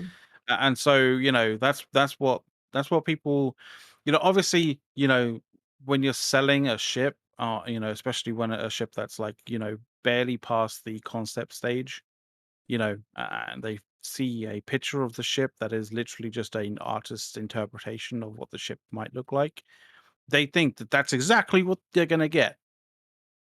But, it turns out that that's not what they're going to be getting. Like, that's not exactly what they're going to be getting. Because, like, the design changes when the design language for that, for that race changes. And that's what happened. Like, the design language changed, and so the design of the merchantman kind of changed as well. And to be fair, like, I think the design of the Banu Batchment was going to be changing anyway. Because like if it's a merchant and like merchant warehouse and like trading ship, like what made you think that it was still going to keep some kind of like crazed military combat styling? Like honestly.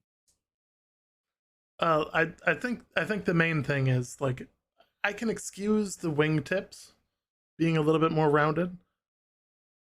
The Mhm. the front end of the ship now looks like the front end of a ocean oil tanker.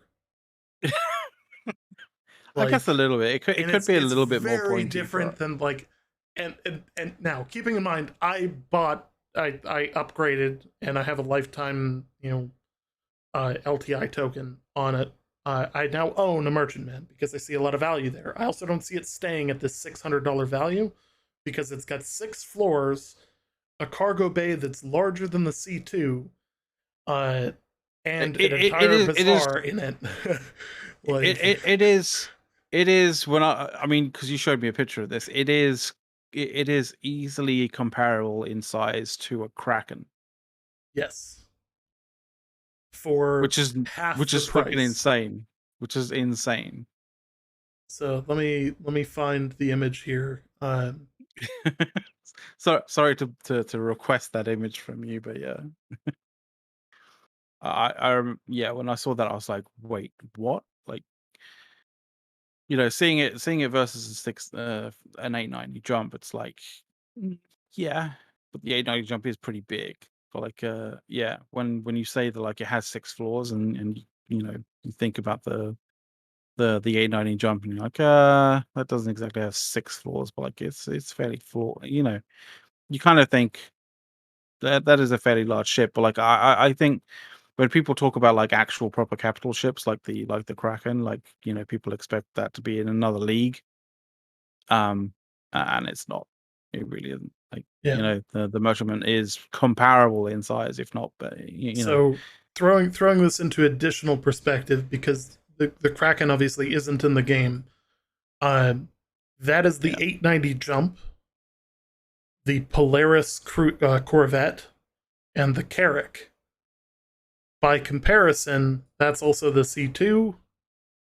You can tell this is my lineup of ships here, obviously. You know, uh, but this is bigger, obviously. And I mean it's a little thinner, but like 890 jump is an expensive ship. Banu Merchantman is $600 versus 1,000 plus. Has a hangar bay, has an entire bazaar, has a spa, yeah, has all kinds of room for a ton of people, size 7 guns, like actually a huge fucking ship and a massive cargo bay.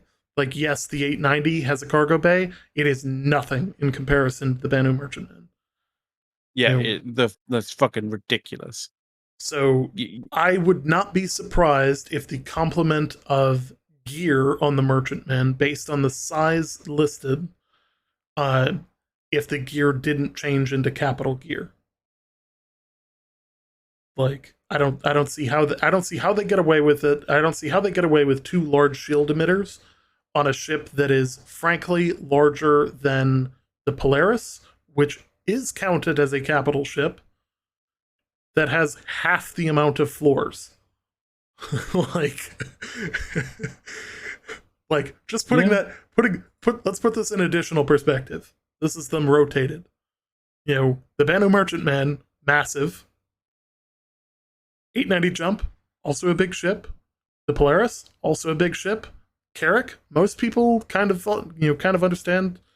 Uh, yes, we covered New World earlier, so if you want to check the VOD out, we've got like probably 2.5 hours worth of content on New World tonight.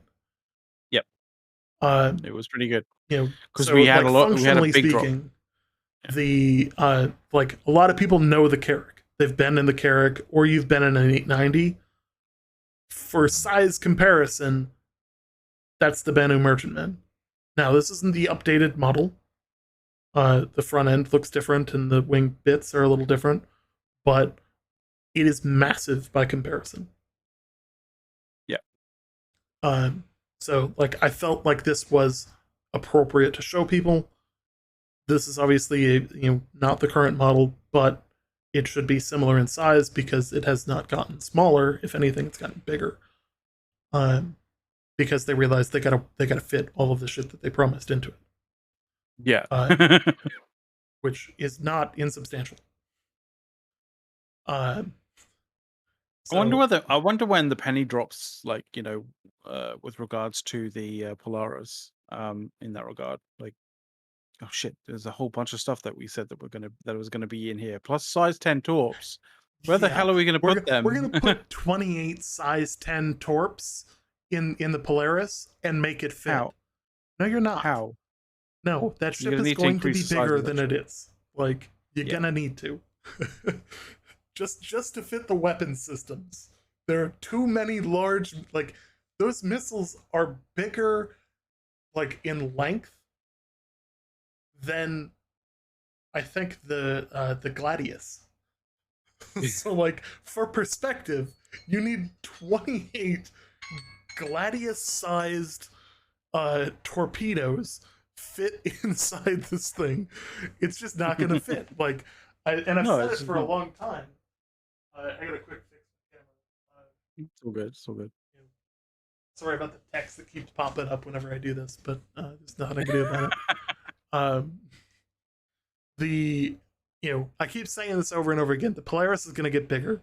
I also think that like the Merchantman Yeah. is not going to stay $600. I think this is the last time we will ever see it for $600 because they're going to rapidly realize that they just promised a 6-floor ship with a dramatically built out system for marketing, for all of these other things. Like when you land this thing, both NPCs and players are going to be coming in and out of your ship as a market bazaar.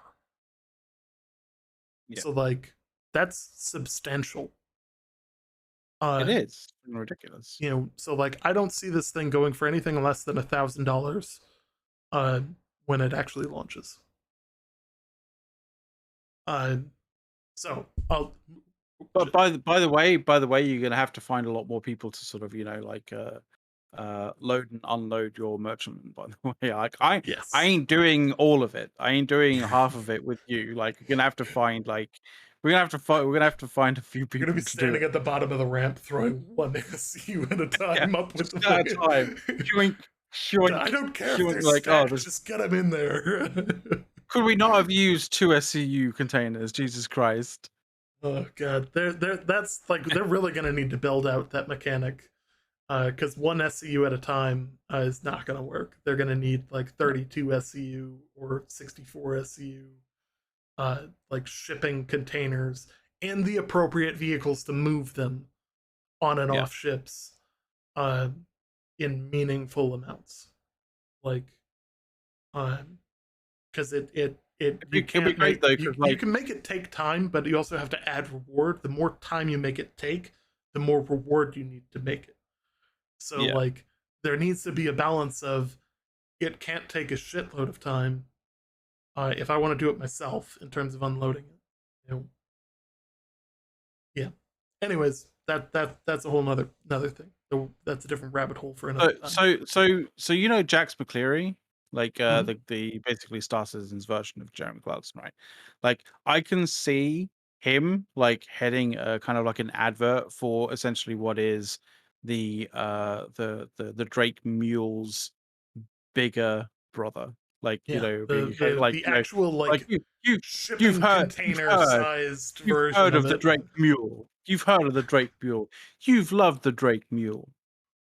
Well, here's Yeah. its bigger brother, and like just this fucking huge ass thing that, like, yeah, I could see that. Oh yeah. I'm looking forward to the next Grand Tour one. I don't know what it's going to be about, but like I'm looking forward to that. Yeah, I miss yeah, those guys. as do I. Uh So, aside from that, Star So Citizen Live yeah, has been a great conversational journey with Fred Dupree, a concept artist at CIG, crafting a cartoon like turtle esque Xian uh, character. yeah, Uh, it was interesting. Yeah. But, essentially, if you like the kinda, like, conversational sort of, Star Citizen Live, videos, like, you should check that out because, like, you know, um, having a chat to a, concept artist while he's doing concept art, even cartoon style concept art, I guess, is always a fun time. Um, but I think really the thing um, that is kind of new news is kind of like the roadmap updates, right? yes. So, the roadmap roundup was released today. Yeah. Um, Notable changes for June 22nd, 2022. On the release view, colonialism outposts on derelicts. Implementation of the derelict outpost location throughout Stanton with a colonialism theme. These Hmm. locations will launch with missions, loot, and hostile AI encounters.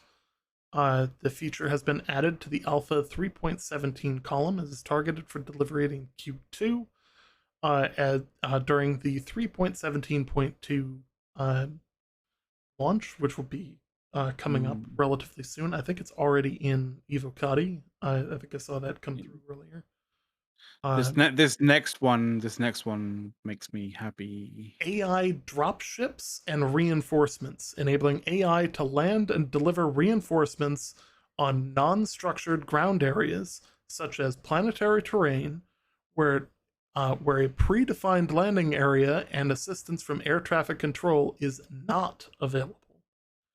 This Yes. feature has been added to the Alpha 3.17 column and targeted delivery in Q2 of 3.17.2. So that is another huge delivery.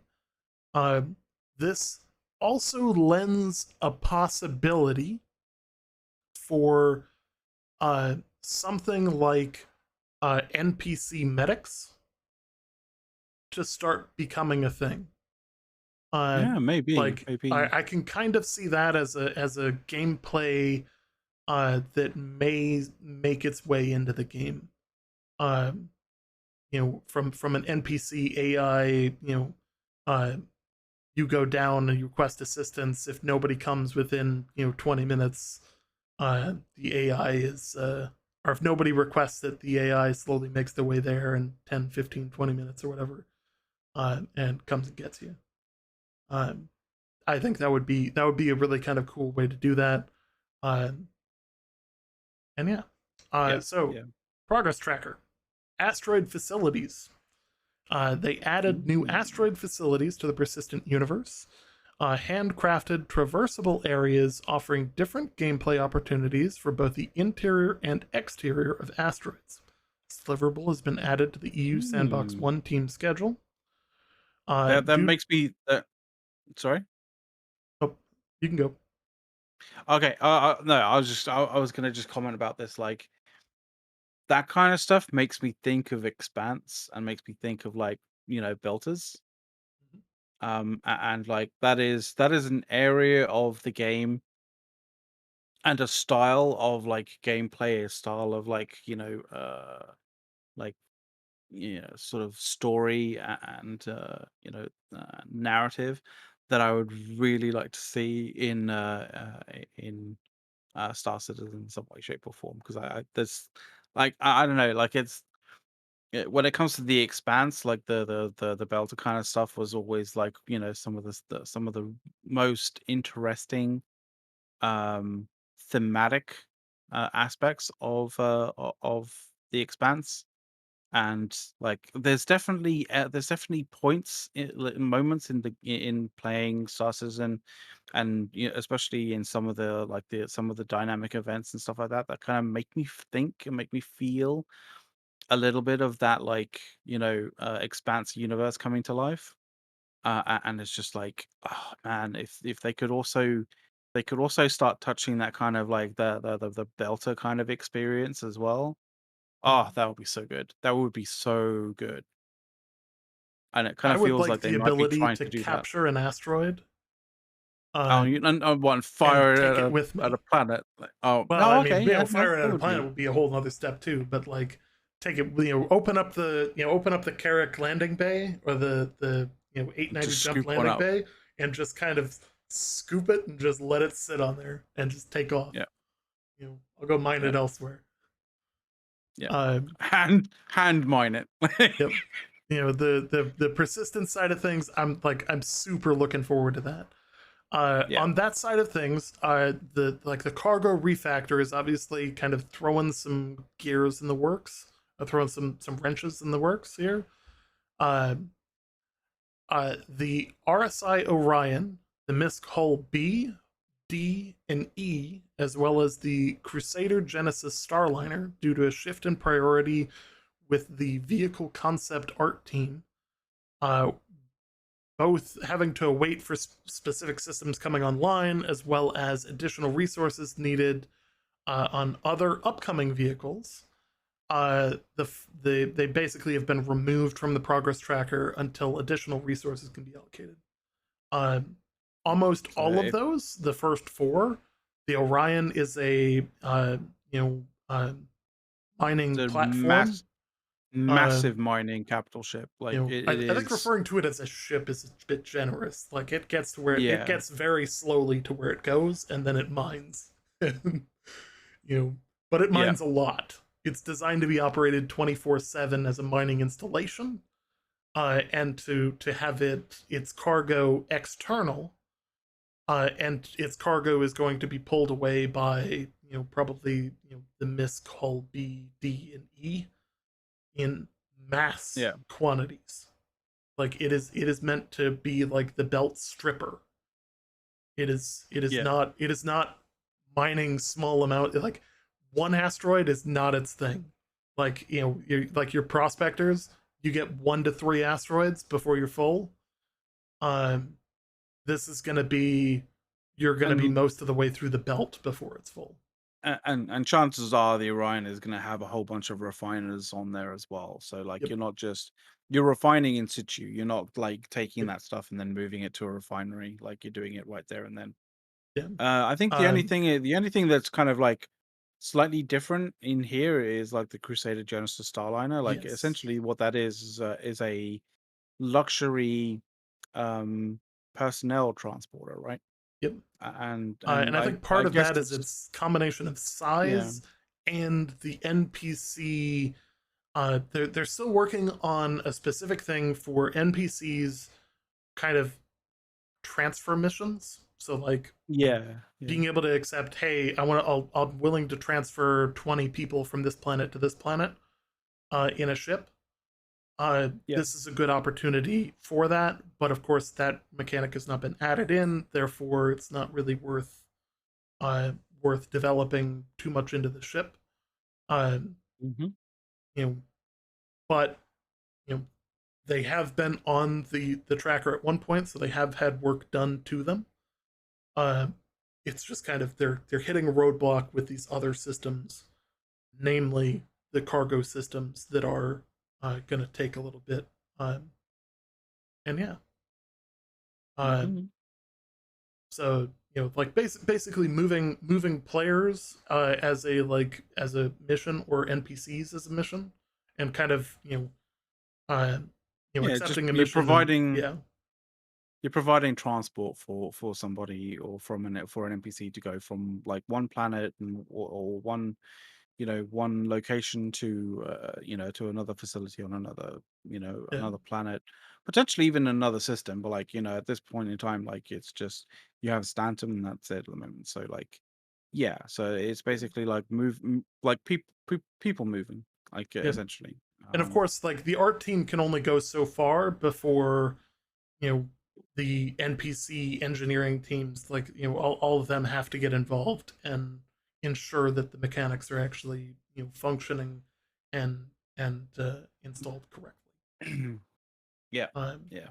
because at this point, like they want to make sure that all of these ships release with the ability for remote refueling, with the ability for uh,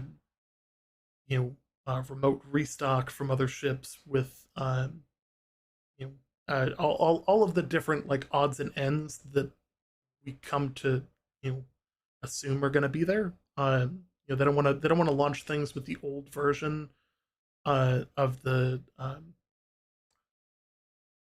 I'm drawing a blank on it. Yeah. The pads, the I think it was building blocks versus flash. The old like touch button pads on some of the older ships used to be Oh really yeah, bad, yeah, yeah, and it was yeah. all flash based. Now they're building box based, and it's so much easier to use. It also makes them visible by other characters, so other people can see you use the interfaces and stuff like that. They want to make sure that that system is integrated into any new ships before they launch it, so that they don't have to make another pass at it after they launch it. Uh, Yeah, Given going back. as we get closer to launch, almost every ship will get a gold standard pass. Some of them have already gotten their gold standard pass and won't receive any additional work unless something truly major changes. Yeah, Um, and I Obviously, think at this things point like in the time, cargo they refactor are going to be pretty massive in terms of how they change, how certain ships deal with cargo. Uh, and that's hmm also held up why why certain ships have gotten their, like why the Gladius has had its gold standard pass versus why the Constellation has not gotten its gold standard pass. Obviously, there's a massive cargo component there in the larger ship that has to be addressed um, they can really go before it's through gold really at standard. its final stage. Yeah, exactly. So so But yeah, yeah, yeah. that is surprisingly the end of our show. Well, not quite, not Wait, quite, because oh I did wait, want to. I added one little end bit to that, because like it's hilarious, hilarious because of its simplicity. But we talked briefly about the Lego contest between Star Citizen and Eve Online. This is my favorite Eve Online entry, just because it's so elegant, and by elegant I mean so simple. that really is I good. But like it's actually pretty close to what an avatar looks like too, I know, right? And it's just amazing. It's or like to an literally extent a two butt plug. pieces. But the It's two are two oddly pieces. reminiscent of each other. It's literally just two pieces, and that's the thing. That's the thing that I love about it. It's so beautiful about, people spending, it yeah, all fair and well, using 1,000 pieces on a build of of an avatar, but like you really have to know your shit to be able to just use two Oh yeah, and get it so close as well. oh yeah. So, uh, that said, if you guys want to chat after the show, our Discord is open. We are going to be hanging out in our public chat. We generally just chat about all kinds of different things, and like we're not your like distance from everybody. Like we actually do like chatting with people. We're Yep. not very different than we are on the show. Maybe a little bit less verbose and a little bit less planned. Um, than we are on the show, which We've depending on where definitely you done caught us, yeah. we've definitely done this show very much off the cuff before, and there's sometimes elements of us doing the show off the cuff. You probably can tell when that happens, but I do feel like the show has, you know come on some, has progressed, has become a bit better, and I kind of feel like we've both, you Oh know yeah, become a bit better in terms of actually presenting our ideas, and not, falling over our words, just as I'm like falling over my words on that particular sentence. But yeah.